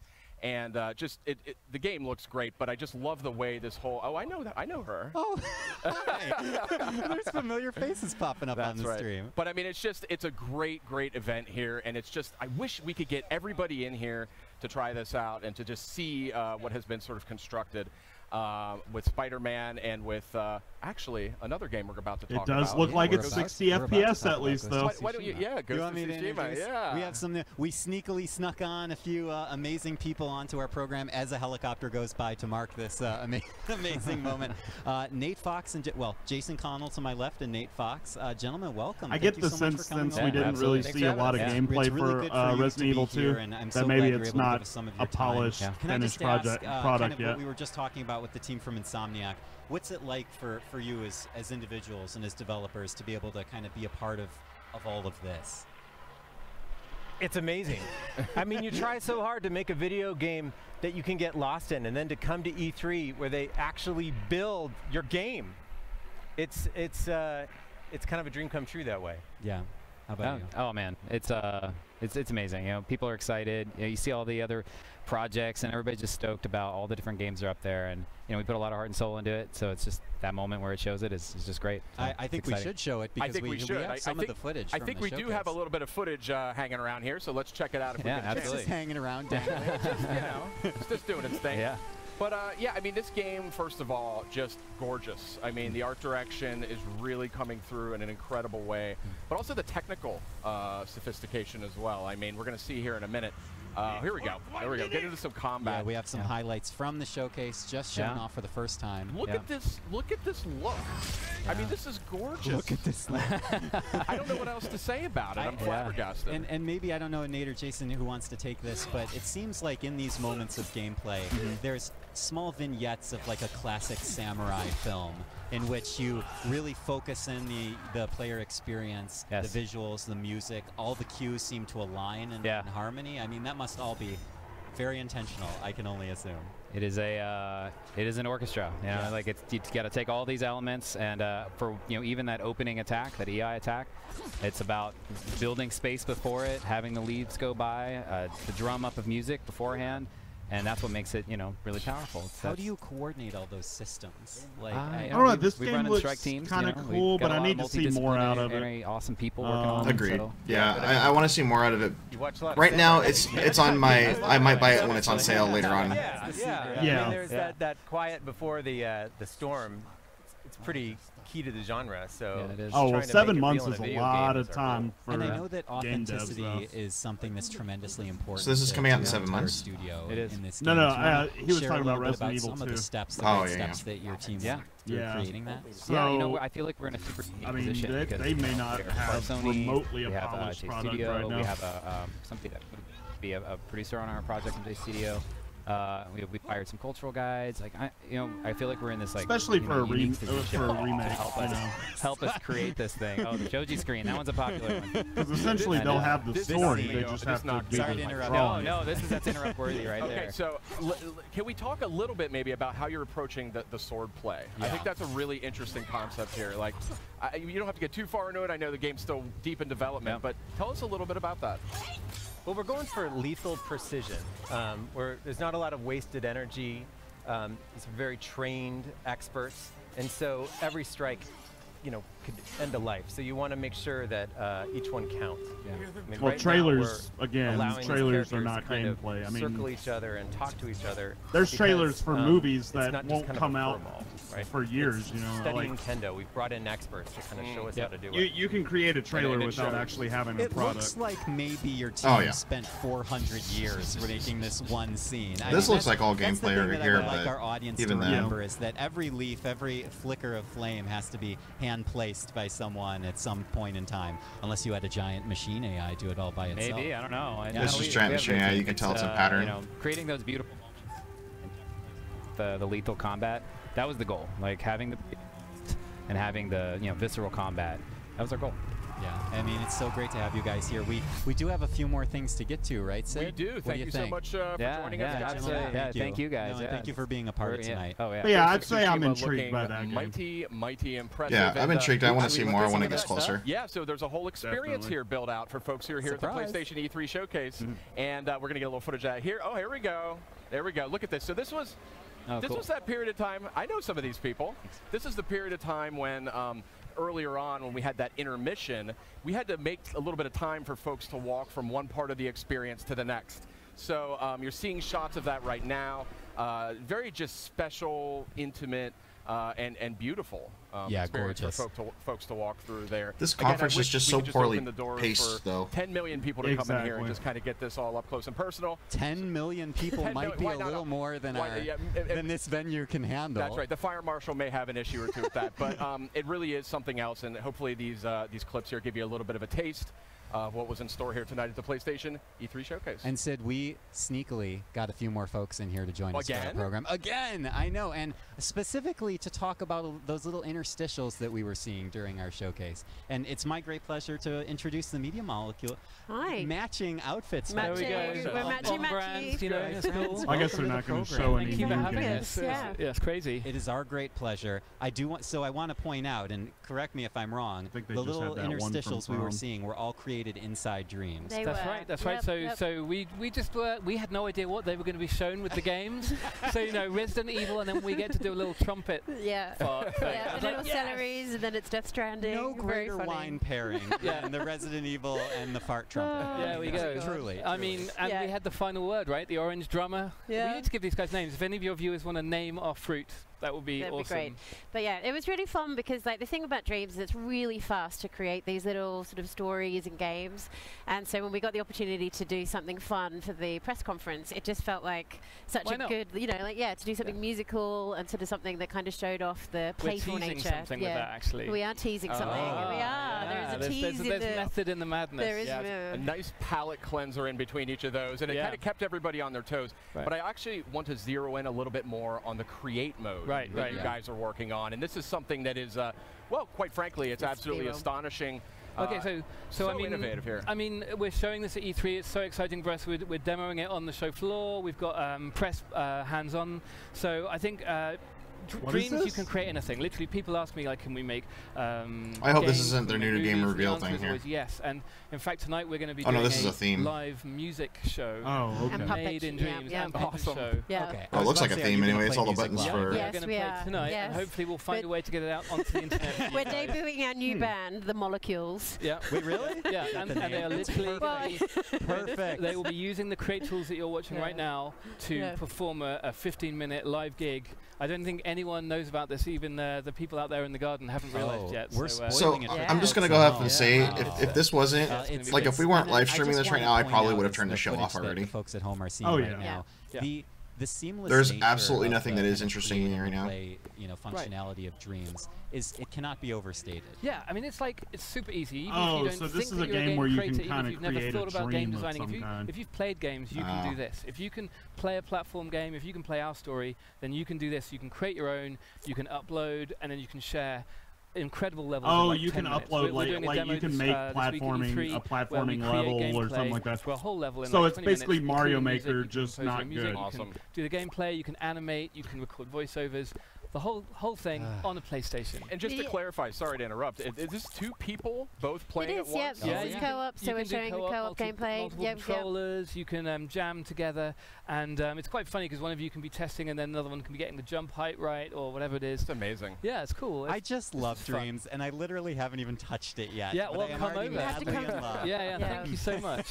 Yeah, but the idea really has been like what you're seeing is really this easy nature of just like picking and placing, because I think one of the things that sometimes people get scared of like the idea of the blank canvas, but actually what I love about Dreams is it's just this idea of just choice. Like every day people make choices. You put your clothes on, you might choose where you put a poster in your I mean the internet will come up with some really all you're really good doing is like here you're this seeing game. like the sort of Instagram I mean anything effect. you can open up to a bunch of and be able people to very online quickly change it so that it looks really different and you're adding your own art. I mean it'll cater to the kids a lot. Is that all of this stuff which gets made gets uploaded, and if you just want to sit back on your sofa and enjoy an unending stream of madness of the PlayStation 4 players' creations, you can, and we sort of present it to you in a stream of who knows what it's going to be like. I mean, that's what's so exciting. You know, the beta is coming this year, so we will be starting to see what the creativity of PlayStation gamers really means for Dreams. That's excellent. Beta coming this year for Dreams. That's right. And you know, I've said this before, I'll say it again about Dreams.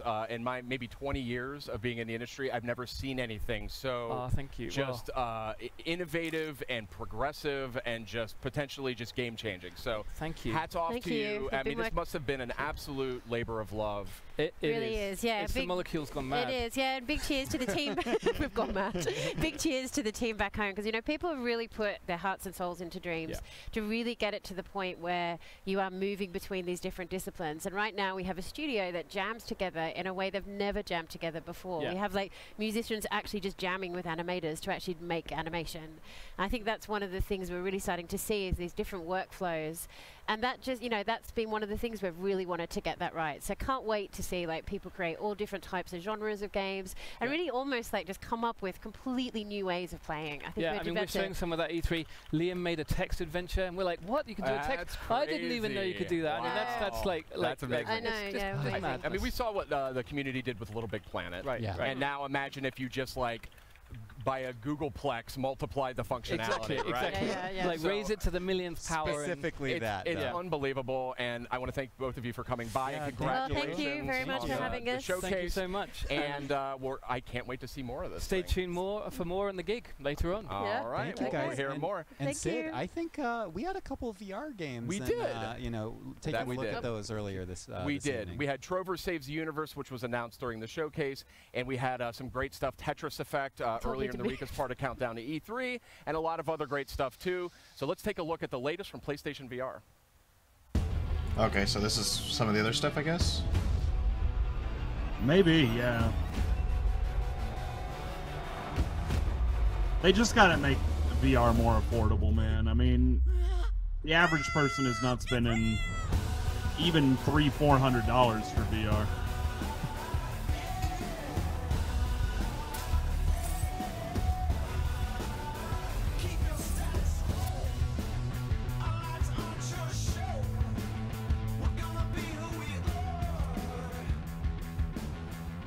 I'm sorry I panicked. I've never seen anything like it before.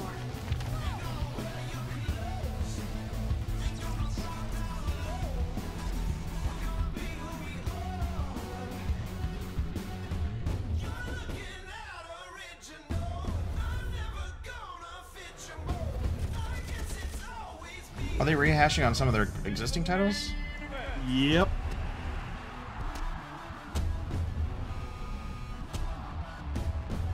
Welcome to the Vanguard. Try not to die.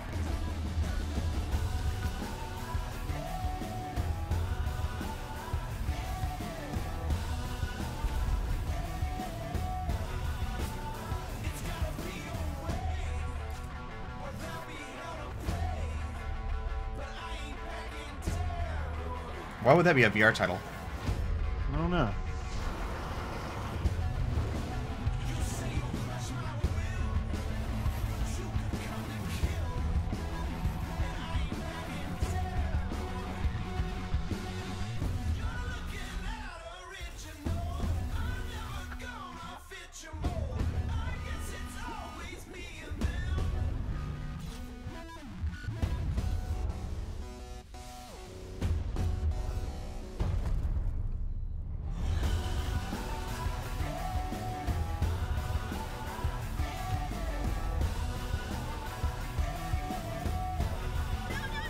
If you're going to block out the sun, the least you could do is fetch me some coolant.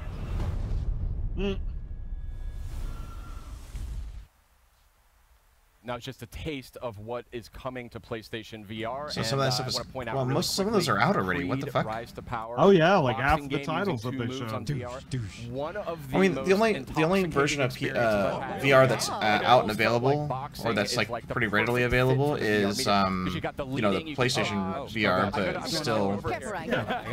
Because I was in danger for a second. I have to give a shout out to Bathtub Guy. I don't know. I'm just. Let's just put one out there for Bathtub This Guy. whole Sony thing has just been some cool titles, but Like the best part of it is when they showed trailer after trailer after trailer after trailer, even though half of them didn't have a fucking release date on them, which sucks. Right. But Let's talk a little bit about the venue we've got here. It takes an army practically to create the kind of experience that we had here tonight for members of the press and community. So I want to talk a little bit about that, and well, actually, rather than talk about it, let's just show it. We have a great video that shows how it was all put together. Oh, joy. oh my god, dude. So this is the hall they did the Last of Us thing in, I guess. Yeah, I believe so. Oh no, that's the hall for Last of Us. Yeah. So they made a dome just for the one big thing that they showed? That was interesting. Yep. And then they made 2 stadiums for the, or two settings.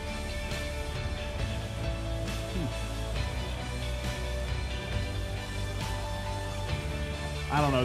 Them just interrupting after The Last of Us to go into an intermission, it killed just a really cool everything. look there at the what whole it time you're took just to create this experience here tonight. And thank you to everybody who was involved, to everybody who watched. And it but just we're was just distracting getting started from the whole here, show. actually. This is as still, a we have a whole. lot more to come this week. They still okay. I was like, we do are they here actually at have more to the show showcase. We're or seeing a tonight little or footage of what? that Because right they're not now, really but saying there's an end to this tomorrow, show. We are going to move No, to I the don't LA think that there's any Convention new games Center that they're and showing, E3 other than what they proper, showed in the conference. where. At live.playstation.com? Well, I mean, oh, in Los Angeles? PlayStation. I didn't know what I was supposed to say. PlayStation Live for me. It was actually kind of hilarious as we're watching the co-stream portion of this that actually goes to the conference, but Twitch themselves have actually moved on to something else already. Yeah, so there's the content. Yeah, so let's go ahead and we're going to go back to our transition, guys and gals. They're going to put us Yeah. on, but yeah. We'll talk about what we saw, and then talk about how underwhelming it was. Yeah, that I was expecting Sony to blow it out of the water like they normally do, but the pacing on that was just so. I'm gonna be blunt. It was fucking horrible.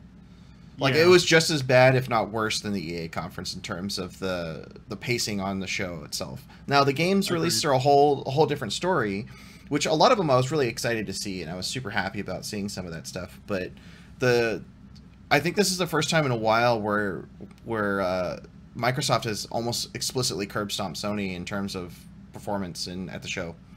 Definitely. I mean, one was entertaining and one was not. I mean, you know, Microsoft came surprising game after, like, yeah, we saw games that we knew were coming out, and that was cool. I mean, we knew Kingdom Hearts was coming out. We knew Last of Us was coming out. I mean, Days Gone. We knew eventually Resident Evil 2. I mean, so they showed a lot of stuff that we knew was already coming out, but I mean, like with Microsoft, it was surprise after surprise after surprise. Yeah, and the pacing was great. Yeah, the show itself, which is so important when you're trying to market your games. It's not enough to just show a trailer. You have to, at E3, you gotta bring it hard. And to say that I'm disappointed in the Sony press conference would be an understatement. I mean, the games look cool. And there was another big clear difference too. Is every time they presented something, we didn't know what we were getting into. Like with the Xbox conference, they were saying world exclusive, premiere, or you know something or another that gave us the information we needed to continue on and be excited about what we're looking at. Like whereas this one, it was just trailer after trailer after trailer, and you left with more questions than you got answers. And can we just say we went through an entire E3. We didn't see anything about Red Dead 2. That is surprising, especially considering it's coming out in October. So are we slated for a possible delay? Because that's surprising. Like with E3 and Rockstar is there. They're listed as one of the companies. Not a single conference showed them off yet. No. So I mean, like, what happened to it? I don't get that. So. That's something that I expected to see in the Sony press conference. Yeah. Nothing. Oh, yeah. I mean, Microsoft even would have shown it because it's on PC and Xbox, and they're heavily supporting both lately. I mean, it's not necessarily an exclusive title for them, but at the same time, it's like, why haven't we seen any of that? Why actually, you know, that's another question. We saw the little brief trailer of Days Gone, but we did not see anything new on Days Gone. Right. That was another one that was huge for Sony that everybody's wondering about right now. I wholly disagree with that, Rusty. No I do. I actually disagree with that. I don't care how big your name is. I don't care about any of that. You have to show the game. Sell me on it. You have to. I mean, I don't care if it's Grand Theft Auto 6. You have to show the game. And they are at E3. I mean, they're actually listed as one of the showing off companies there this year. Yeah. So I was surprised to not see anything by them. Yeah. I mean, they didn't even show a trailer. Usually at least something. Like even for GTA 6, they were at I think Microsoft the year that they launched for 360. GTA 5 for 360. I think they showed it at the Microsoft conference. Actually, in fact, I think they showed them at all of them. Yeah. But I mean, we're really close to the release too, only 4 months away, and didn't get anything. Very questionable. Very questionable. I expect the game's going to be good, but it makes me think that maybe they decided to go in a different direction with the game, and so they're having to make a lot of changes, perhaps. I mean, that's certainly possible. Maybe they found out that some things were quite buggy, and so they weren't ready to show any kind of gameplay. That's also possible. Yes, they could be waiting to show it at the PlayStation Experience bullshit, but again, E3 is where you have the most eyes on you have the audience at E3. I mean even what we were looking at, like I was paying attention to some of the other stuff that's going on too, and the E3 stream, as soon as like some of the trailer stuff started right before Dreams and all that other stuff started, it literally just kind of just fell off. Like it didn't do anything. Like even the co-stream just went down, and Twitch is still live for some reason, which I don't understand why the two are different right now. Yeah. That's supposed to be the same stream we're looking at, like, which is actually showing the Sony post show, and I have no idea why the co-stream site stopped. now. Like this makes it even more confusing to me, to be honest. It was a cluster. I mean, from the sound to the delays in the audio with the voices, and then just the lack of games, or the lack of really hype for anything. It was disappointing, and Microsoft won E3, unless Nintendo's coming out tomorrow, so Nintendo could surprise everybody. Red Dead gets announced on Nintendo. There you go. That would be something different. Like Nintendo would have had to pay a lot of money for it to be announced on that. I don't even think it's actually going to Switch, is it? No, I don't think so. I mean, at least I don't remember it off the top of my head, but yeah, like, yeah, right now, as far as I'm concerned, unless Nintendo somehow magically blows something out of the water, which I don't expect it to. I mean, we know a lot of the stuff that the third-party games that are going to Switch, because a lot of that was announced post or pre E3. But I mean, unless they're coming out with, of course, a new Mario or another Zelda game, perhaps, or something else, Microsoft is really kind of sweeping it this year in terms of performance, in terms of games that are coming out. And just to take this, like, not to take it out of context, like, I'm a fan of all of the consoles. I'm a fan of gaming in general. Yeah, they all have their own perks and extra little things, but like, just in terms of everything that's coming, I am way more excited about that Microsoft lineup, even the third-party titles that they released or announced. Yeah, if something good happens on one console, good for it. I mean, you know, I'm not gonna get on my soapbox about exclusives and how stupid it is and how it hurts gamers, but even in those cases, hey, if one console succeeds, everybody succeeds. So yeah, I mean, you know, I don't get however you want to game. I'm not part of this PC master race idea or anything like that. I mean, certainly that there are perks to being on PC, but you know, that the consoles just can't keep up with. But I mean, look, there's great things on the Xbox. There's great things on the PlayStation, Nintendo Switch.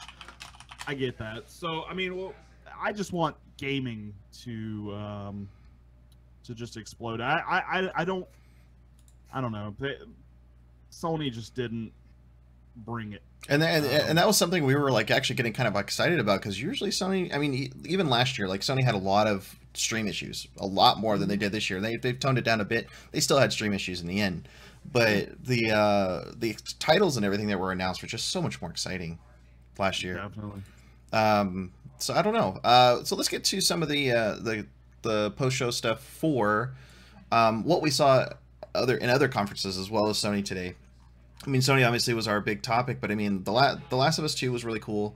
Of course, the whole LGBT, you know, moment in it was probably a little shock to a lot of people. I saw a lot of stuff on Twitter about that already.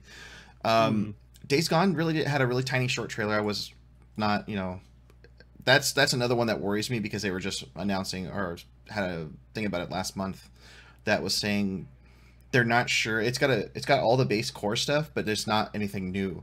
And people will really become, people are kind of worried that it's just going to be another generic zombie shooter with some cool moments in it. But aside of that, it's not going to be anything crazy. The Call of Duty Black Ops 3 being free for PS Plus members, that's really cool. But even that announcement wasn't really like, it was really lackluster compared to everything that even Microsoft did in terms of the games. So like releasing today for everybody, or even EA with Unravel releasing today on our services. So what Call of Duty? I missed like all the conferences this morning. So what did they say about COD 3? If you have PS Plus, it's free. Oh no, that was during the Sony one. It was Call of Duty Black Ops 3 was free for PS Plus members. Wow, I missed that somehow. I guess once I heard COD, my mind just switched off. I mean, that's cool. I'll play it, but then again, it goes back to, man, I don't like playing FPS games without mouse and keyboard. But yeah, like Ghost of Tsushima, that seemed really cool, but no real information about it. Control looked really kind of cool. That was something different with all the stuff moving around and, you know, telekinetic abilities and stuff like that. But again, not a whole lot of information. Didn't say if it was an exclusive or it was coming elsewhere. Like, we don't know. Didn't even say that. Resident Evil 2 Remake, I'm excited about. The Rick and Morty game, The Trover Saves the Universe, that seems really cool. Yeah. Aside of that, like, the Death Stranding thing gave us a little bit more information, but it's the same problem that we've always seen with Death Stranding. We left with more questions than we had answers. Yeah, they literally, the gameplay that they showed was a guy walking around, or a guy carrying and seeing some ghosts, something. and yeah, holding a creepy baby in a little tank. I am sold at this point that Sony is absolutely just dead set on every single one of their games having a guy in a crouching motion. Pretty much every game has a guy with a crouching motion. I know it's not that big a deal. Yeah, it's stealth and all that, but God, every single game is just like, hey, you got to be stealthy or you're gonna die. Yeah, and then the Neo 2 announcement was really short. I mean, it was cool. Yeah. It was good to know that it's coming, but no real details about that either. Yeah, I don't expect that one to come out for another year and a half. So, probably even longer than that at this point. Right. But there's two weird trends I'm seeing this E3 aside of the Microsoft conference, which actually gave us a lot more detail than we thought. But one is the musical notes. I am not a huge fan of that at all. No. Like some of them, it was kind of fitting if they kept it really short, but they dragged them all out. And then this lack of information on the games they're showing off is like the second biggest thing that's hands down every company is doing. Yeah. They're not even saying coming soon. Like at least have the courtesy to say coming soon. They don't have to. They want to build. They want to build mystery, but I mean, in the end, you're just frustrating people. Yeah, exactly. But at the end of the day, I think it's more. They're showing trailers, but they don't actually have gameplay created yet. Yeah, for a lot of these things. So that it makes sense. Yeah, it's a good bet that if they just show a trailer and no gameplay, they're probably in an alpha build at this point, and it's not ready to show. Because if they showed the gameplay at this current stage of development, then it would turn people off. Yeah. So let's go ahead and move on to some of the other conferences we missed out on today. Most of it is just notes. I haven't got to actually watch a lot of the conferences myself, but I have read on basically the keynotes of most of these things. Transference was a new VR game that was coming from Ubisoft. That looked really, really good. Some of the little clips and little GIFs and stuff I saw, that looked really good. Skull and Bones also got some more details. I didn't see, unfortunately, yet. I don't know. I could be wrong on this, so don't take me for it. Didn't have a release date, I don't think, or if it was early next year. Assassin's Creed Odyssey is coming out this year, which we were talking about earlier. Breaks the cycle of Assassin's Creed every other year, which is kind of interesting. And it's set in the Greek universe or Greek mythology era. Could be good. For Honor is free to play right now, and if you actually pick it up during this, you get the free version of it, which just doesn't include any heroes except for a couple basic ones. And you can earn the other ones. Can you earn? You can earn all the heroes though. Some of them, I think, with this new update. I'm not sure. I'd have to look into it. Okay. Beyond Good and Evil 2 got a big trailer, which everybody was excited about, which returned the main character, which was really cool. They showed a little bit more on Crew 2. They showed a game called Starlink Battle for Atlas, which was actually had a Star Fox cameo in it, which I was really confused by. Like an Ubisoft game having a Nintendo character in it, that's new. So I would bet that Nintendo conference tomorrow, they're going to show a full-fledged Star Fox game. Probably. Maybe that's the hint of tomorrow, what's coming tomorrow, so that could be really interesting. Yeah. Trials Rising, I saw the little video of the dude that came in on the stage and then crashed through their booth, which I don't know if that was intentional or not, but it was pretty funny. So it was another Trials game. Yay. Not really. Love Trials. Trials was really fun, but it was like, okay, that's cool, but yeah. It's always like a $10, $20. Yeah, oh yeah. Yeah. Yeah, oh yeah. Square Enix show, which was apparently a really big surprise. It was super, super hyped up by Square Enix saying, oh, we're coming back to E3 for the first time in a while. Be prepared, guys. And they've been doing this for a couple weeks now. And then all of a sudden, they do their show, and it was a 30-minute show, and everybody's like, guys, was that it? Like, yeah. They had 5 or 6 titles they've announced, and that was it. The entire E3, we haven't seen anything about Final Fantasy. Right. Yeah, and that was the one we were saying, like, I don't think it's even close to prime time, so they're just going to be like, oh, we're going to try to drive down the hype on that one a little bit. No, everybody's like, no, right. we're looking at you, we're wondering where the hell our game's at. But yeah, so it was a 30-minute show. It's more Tomb Raider, which we saw. Dragon Quest 11, which was new. That was not announced yet. The Final Fantasy 14 stuff, content. We saw a little bit more of Kingdom Hearts 3, of course. Actually, we saw a lot more Kingdom Hearts 3 in the Sony conference than I think we did on the Square Enix one, which was kind of interesting. And then we got another game that we had 0 detail on. It's called The Quiet Man. But that was another one. Like, no detail no context of what the game is about, no release date. So it's another one that was following this trend of, okay, we're getting next to nothing on content or detail. Apparently the PC gaming show was massive. So I wrote down some cliff notes on the stuff that was there, like some of the big titles, but there was tons more than this even. So starting with Satisfactory, which was like a Factario game mixed with Ark, and Subnautica, apparently that was a big thing. Battle Royale, which seems to be the the jokeable question, which was Maverick's Proving Grounds with a 1,000-player Battle Royale. That was a big thing. Apparently be a cluster. Yeah. Don't Nod. Oh, they did a Don't Nod game. Oh yeah. So that's true. And then the Mavericks was it's a 1,000-player Battle Royale, but we were joking all weekend like how many more games are going to be coming out with Battle Royale. But this one we kind of knew about. It was hinted at a few months back. The beta signups are actually live now if you guys want to try to get into that. Forgotten City was apparently some Skyrim mod that they turned into a full-fledged game.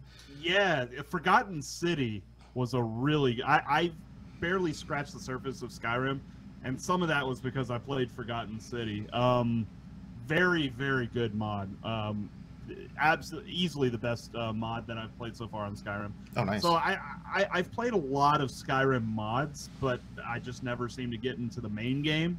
But yeah, that one is definitely one of my favorites. So they're making a full-fledged game on that? Yeah, that was announced as a full-fledged game. I didn't see what a release date or anything on that was. I'm actually gonna have to go back and watch some of this because I'm curious on this PC gaming show. Hunt Showdown, which is actually already released in early access right now. It's getting a new update with crossbows and a new monster apparently that slithers in the water, which was really interesting looking. Scary as fuck because the game is beautiful. It has its own bugs. They've finally gotten around to actually doing a lot of good performance optimizations on it. It runs in Unreal, so it's quite gorgeous, but still. Star Control Origins. I didn't know what the Star Control series was, but apparently this is an origin story for it. There was another game called The Sinking City, which looked really interesting. Apparently it had kind of a BioShock feel to it, but it looked really, really creepy and it's kind of scary. So I'm curious to see what they do with that. What was the Warframe Sacrifice update about? So Warframe Sacrifice is their new update that's coming next week, and it's free for everybody, but you have to complete the War Within and the Haro story. I can't remember what the name of the Haro story is, but it's a brand new update for that. Cool. I didn't get to see I haven't been able to watch the trailer for that. It's been out for a week now, but I haven't gotten to watch it. So it's probably just another area, another add-on to the story. Yeah, with maybe probably a new frame that comes with it, or 2 frames. Yeah. Killing Floor 2 is getting a big summer update, which everybody was kind of excited about. There's actually surprisingly a lot of cheering for that. I mean, Killing Floor 2 is kind of like, I think, in everybody's Steam library at this point. It seems like. Yeah. Everybody's like, do I have that? Oh, yeah, apparently I do have it. Oh, my God. So another one that was really interesting was Maneater. So it's an evolving giant shark, and your goal is to be the Maneater and eat people, eat things, and evolve and become bigger. And apparently it gets really like Megalodon size at some point. Oh, that's awesome. Yeah, so that was kind of interesting. And then this one kind of was interesting. I want to see more about it actually when I go back later. It's called Morningstar, a post-cyberpunk farming game. Like a farming simulator game.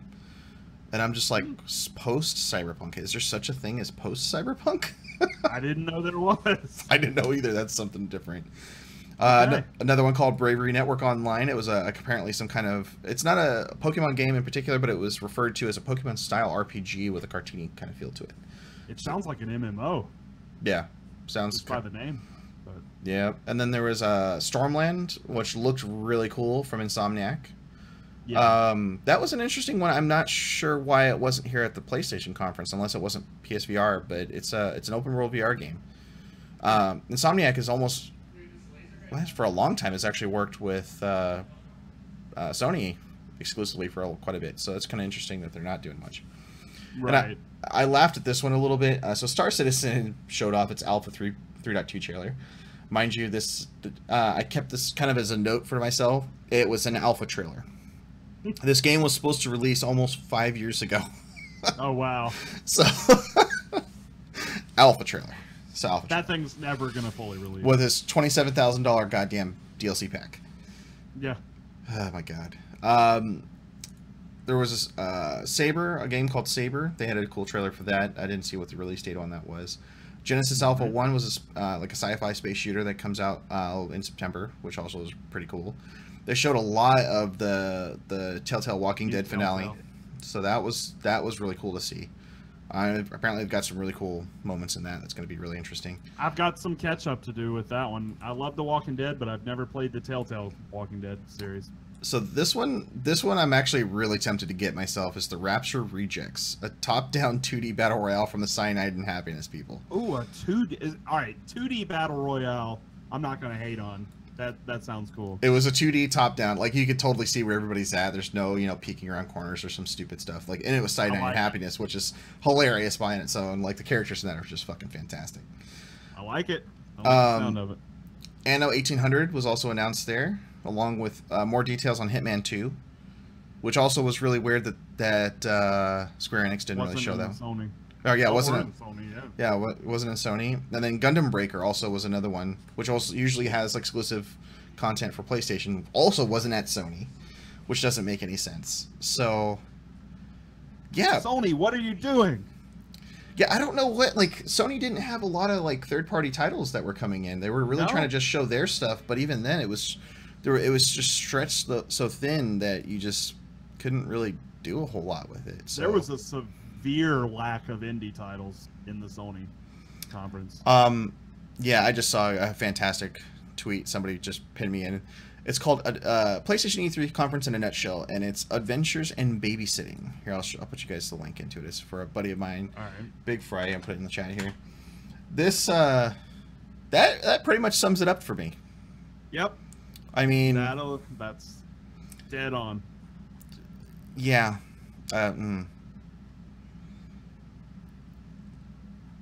But still, I mean, Death Stranding still is the same thing, same problem we had before. It just didn't have enough of detail there.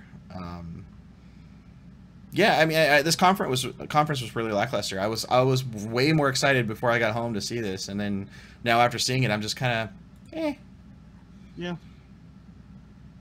I mean, I would expect. I mean, like Rusty was saying earlier, they're probably going to go all out at PlayStation Experience. I think that's a mistake. I mean, now they have to, but I mean, I still think your Super Bowl is E3, and it has to be, because PlayStation Experience. Guess who's going to be watching PlayStation Experience? People that own PlayStations, right? Who's watching E3? Everybody. Yeah. So I mean, it's. You have to go all out. I don't understand why. I mean, I didn't understand still. I even still don't to this day of why Sony decided to do a PlayStation Experience. Like, why not put that same money into an E3, your E3 budget, and make it available for everybody to see, not just some exclusive thing that's out in, I think it's Vegas usually, or LA. Yeah. I guess one thing we can say, next year Sony's going to bring it. We hope. I mean, we can only hope. I can't imagine they have 2 years in a row that are just flops. I mean, right now, I mean, they didn't really give us a whole lot on most of their games. A lot of the stuff we knew about, and a lot of the stuff they gave us today had zero release dates or information on how long, what a timeline is, and a lot of those will probably be rehashed next year, I bet. I mean, maybe they ran into a situation where all their big titles ended up having to be delayed. I mean, could very well be. I mean, they just get shit out of luck at that point and say, well, what the hell are we going to do? Okay, well, let's just show some weak-ass trailers and hope that can tide people over until the next conference. So then that's the only excuse I can think of. Did Last of Us have a release date? I might have missed that. No, they said 2019. Okay, they said 2019. Okay, so at least that has some kind of date. When is the exclusive LlamaCon at? When is it or where is it? TwitchCon. I was gonna say TwitchCon San Jose would probably be it. You going to TwitchCon? Yeah, I am. Okay. All right. We'll have to get some good barbecue again. Oh yeah. It's in third week in October, I believe. Yeah. Third or fourth week in October. Kubi is literally staying in my room and he's asking me where it's gonna be. No. The party is gonna be in that room. So they had no date. It's just a year, I think, right? Yeah, I think they said year. I'm pretty sure they said 2019. And if not, we know it's coming out in 20. Yeah. So at least we know that much. I mean, if it's not, you know, right away or whatever, that's fine. I'm actually now I'm most excited. I think the most exciting game that I've heard of for E3 is the Forgotten City. Because damn, I love that mod from Skyrim. Yeah, that definitely looked really cool. I'm excited for that. I got to go back and look at some of these trailers. The Square Enix thing apparently is going to be really easy to watch because it's only less than 30 minutes long. Yeah. So you can see whatever they showed off. But I mean, even then, like just the clip notes from it, it's just like I could go without seeing that. I think Ubisoft, I kind of want to see because they showed the Division 2, of course. They showed a little bit more extended in-game gameplay, which was really cool. Yeah. But Beyond Good and Evil 2, they've been showing that for the last 2 or 3 years, which is something everybody kind of knew about, but they're not really showing a whole lot of in-game or details on that either. So, but Assassin's Creed kind of seemed... Assassin's Creed and Skull and Bones and Crew and Division were kind of like their babies for this... right. Ubisoft's babies for this E3, so... I don't know. Like, it's... yeah. I'm curious to see what Nintendo's going to do tomorrow. I'll say this, and again, I'm incredibly skeptical. I was at least a little bit more impressed with Spider-Man. A little bit. Not enough for me to buy it, but it showed a little bit more that I was like, all right, I see you, Spider-Man. To be fair, and with all you know, open-mindedness here, I've never really been that big of a fan of Spider-Man as a superhero either. Yeah. Sorry, guys. It's okay. Spider-Man's never been one of my favorites. I'm a Batman, Iron Man, but Spider-Man, man, he just never has resonated with me. So that's also coming from my perspective as well. But I've been burned on too many Spider-Man games in the past to where I'm just like, I don't know, but I'll give it a chance when Rusty sends me that game, and so I don't have to pay for it. I mean, it's good though because we did get a lot of other releases that are coming this year. But like October is jam packed, and then November is jam packed. Like, there's so many games in just that 2 months that I'm gonna have a backlog for like the next 6 months after that, including, and then it's gonna run into all the other stuff that I'm gonna backlog into, and that's coming out in February. January and February. One other thing I did notice though, there was a surprising lack of horror games this year. Yeah, like Resident Evil and I think 1 or 2 other games. That was it. Yeah, and really, I don't even really. I mean, Resident Evil, yes, in the truest definition, it is a horror experience. But I mean, like Resident Evil 7 was clearly a horror game, but I just never really considered Resident Evil to be your classic horror game.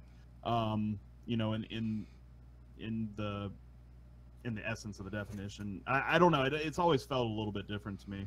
Like, I don't know. I guess zombies don't really like terrify me too much, but I mean, Resident Evil 7 was made like a horror game, if that makes sense. But yeah, there was a surprising lack of it.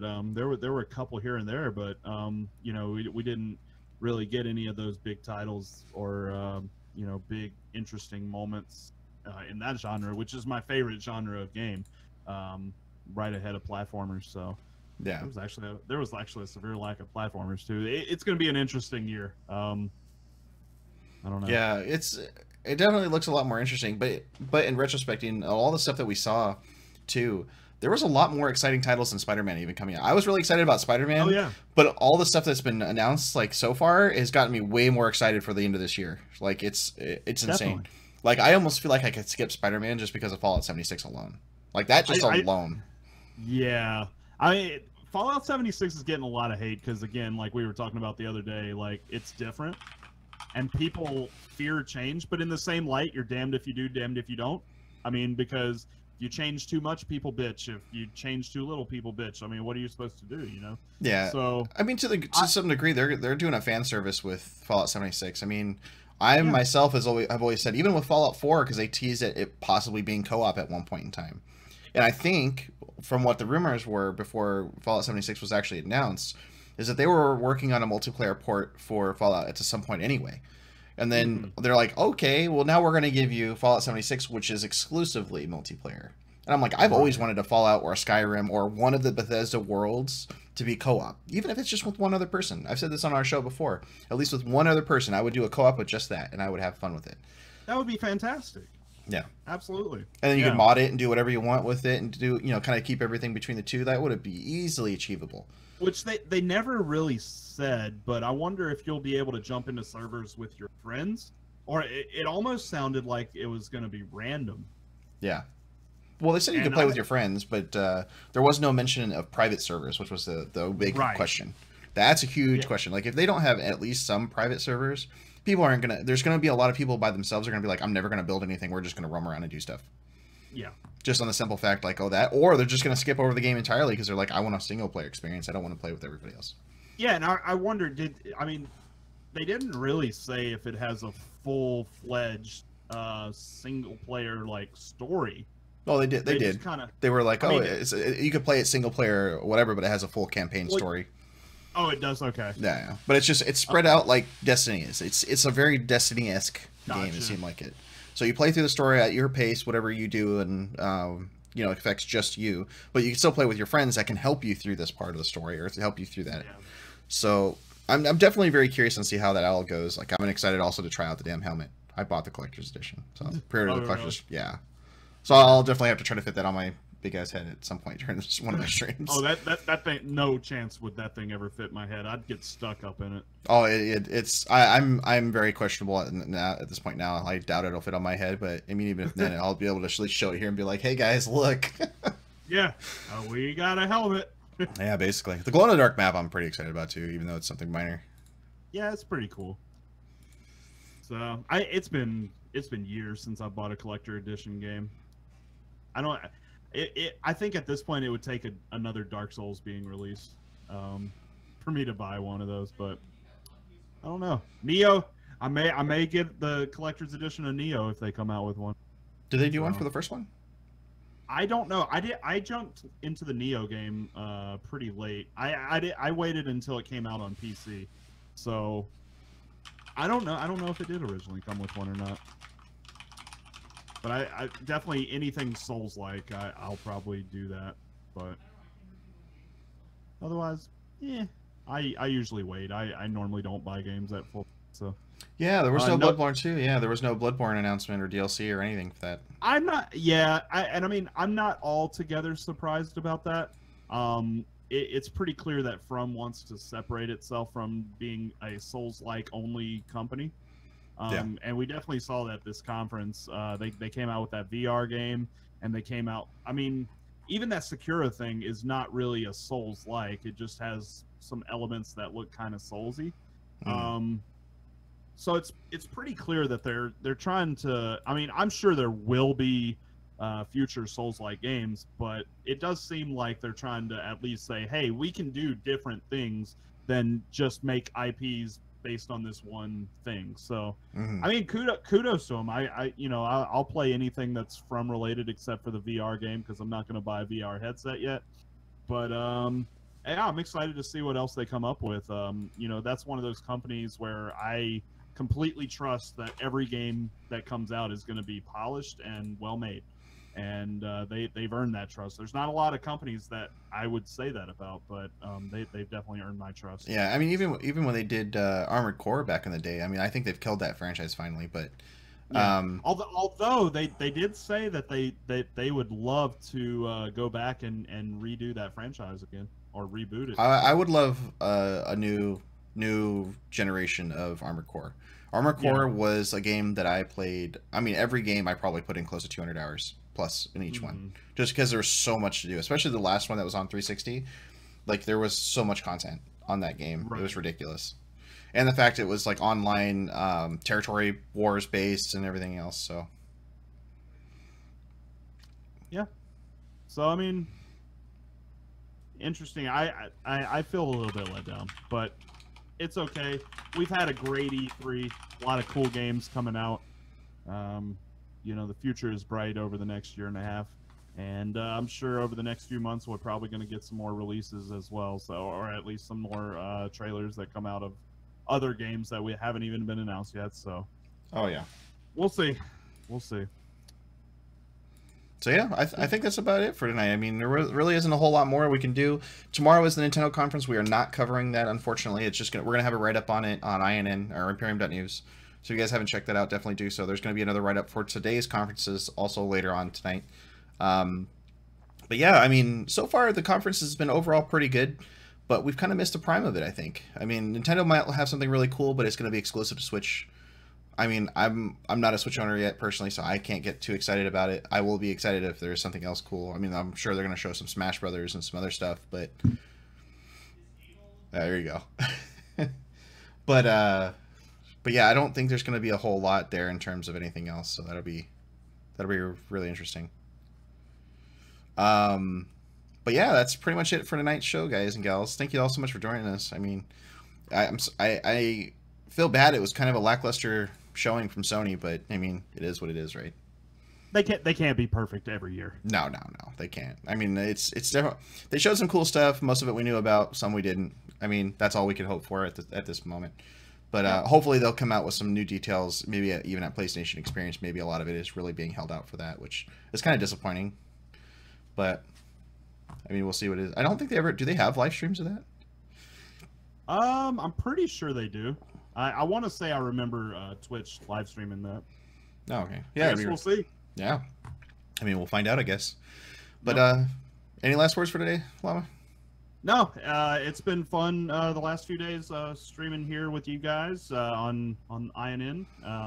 Definitely look forward to coming on here again as a guest and hanging out with you guys. So yeah, it's been fun. Good E3. Oh yeah, for sure. And if you guys haven't checked out Llama Poo Poo or myself, definitely do so, guys and gals. I'm not normally on here this much. Like, I think you guys have seen more of me in the last 3 days than you have seen, or in fact, the past week, because I did Vampire earlier in the week than you guys usually do. But I'm usually in the background running the show for most of the streamers here on INN. But if you guys haven't checked out all of our great talk shows, definitely do so. We've got the Open Com show on Friday. We've got Meta Show and Push to Talk on Saturday. Sunday is our show here, the Insider Gaming News, which we have a variety of people come on every week. Our normal hosts will actually be back, I think this weekend, or I believe this weekend. They'll all be back. And yeah, and there's a lot of cool stuff that's coming up. We're trying to ramp up for some new content here on INN for a variety of content, so stay tuned for that. If you guys haven't checked out anybody here, definitely do so. A lot of the links are down below in the panels. And again, thank you all so much for joining us tonight. I definitely appreciate it. Hope everybody has a good one. See y'all next time. Bye, everybody.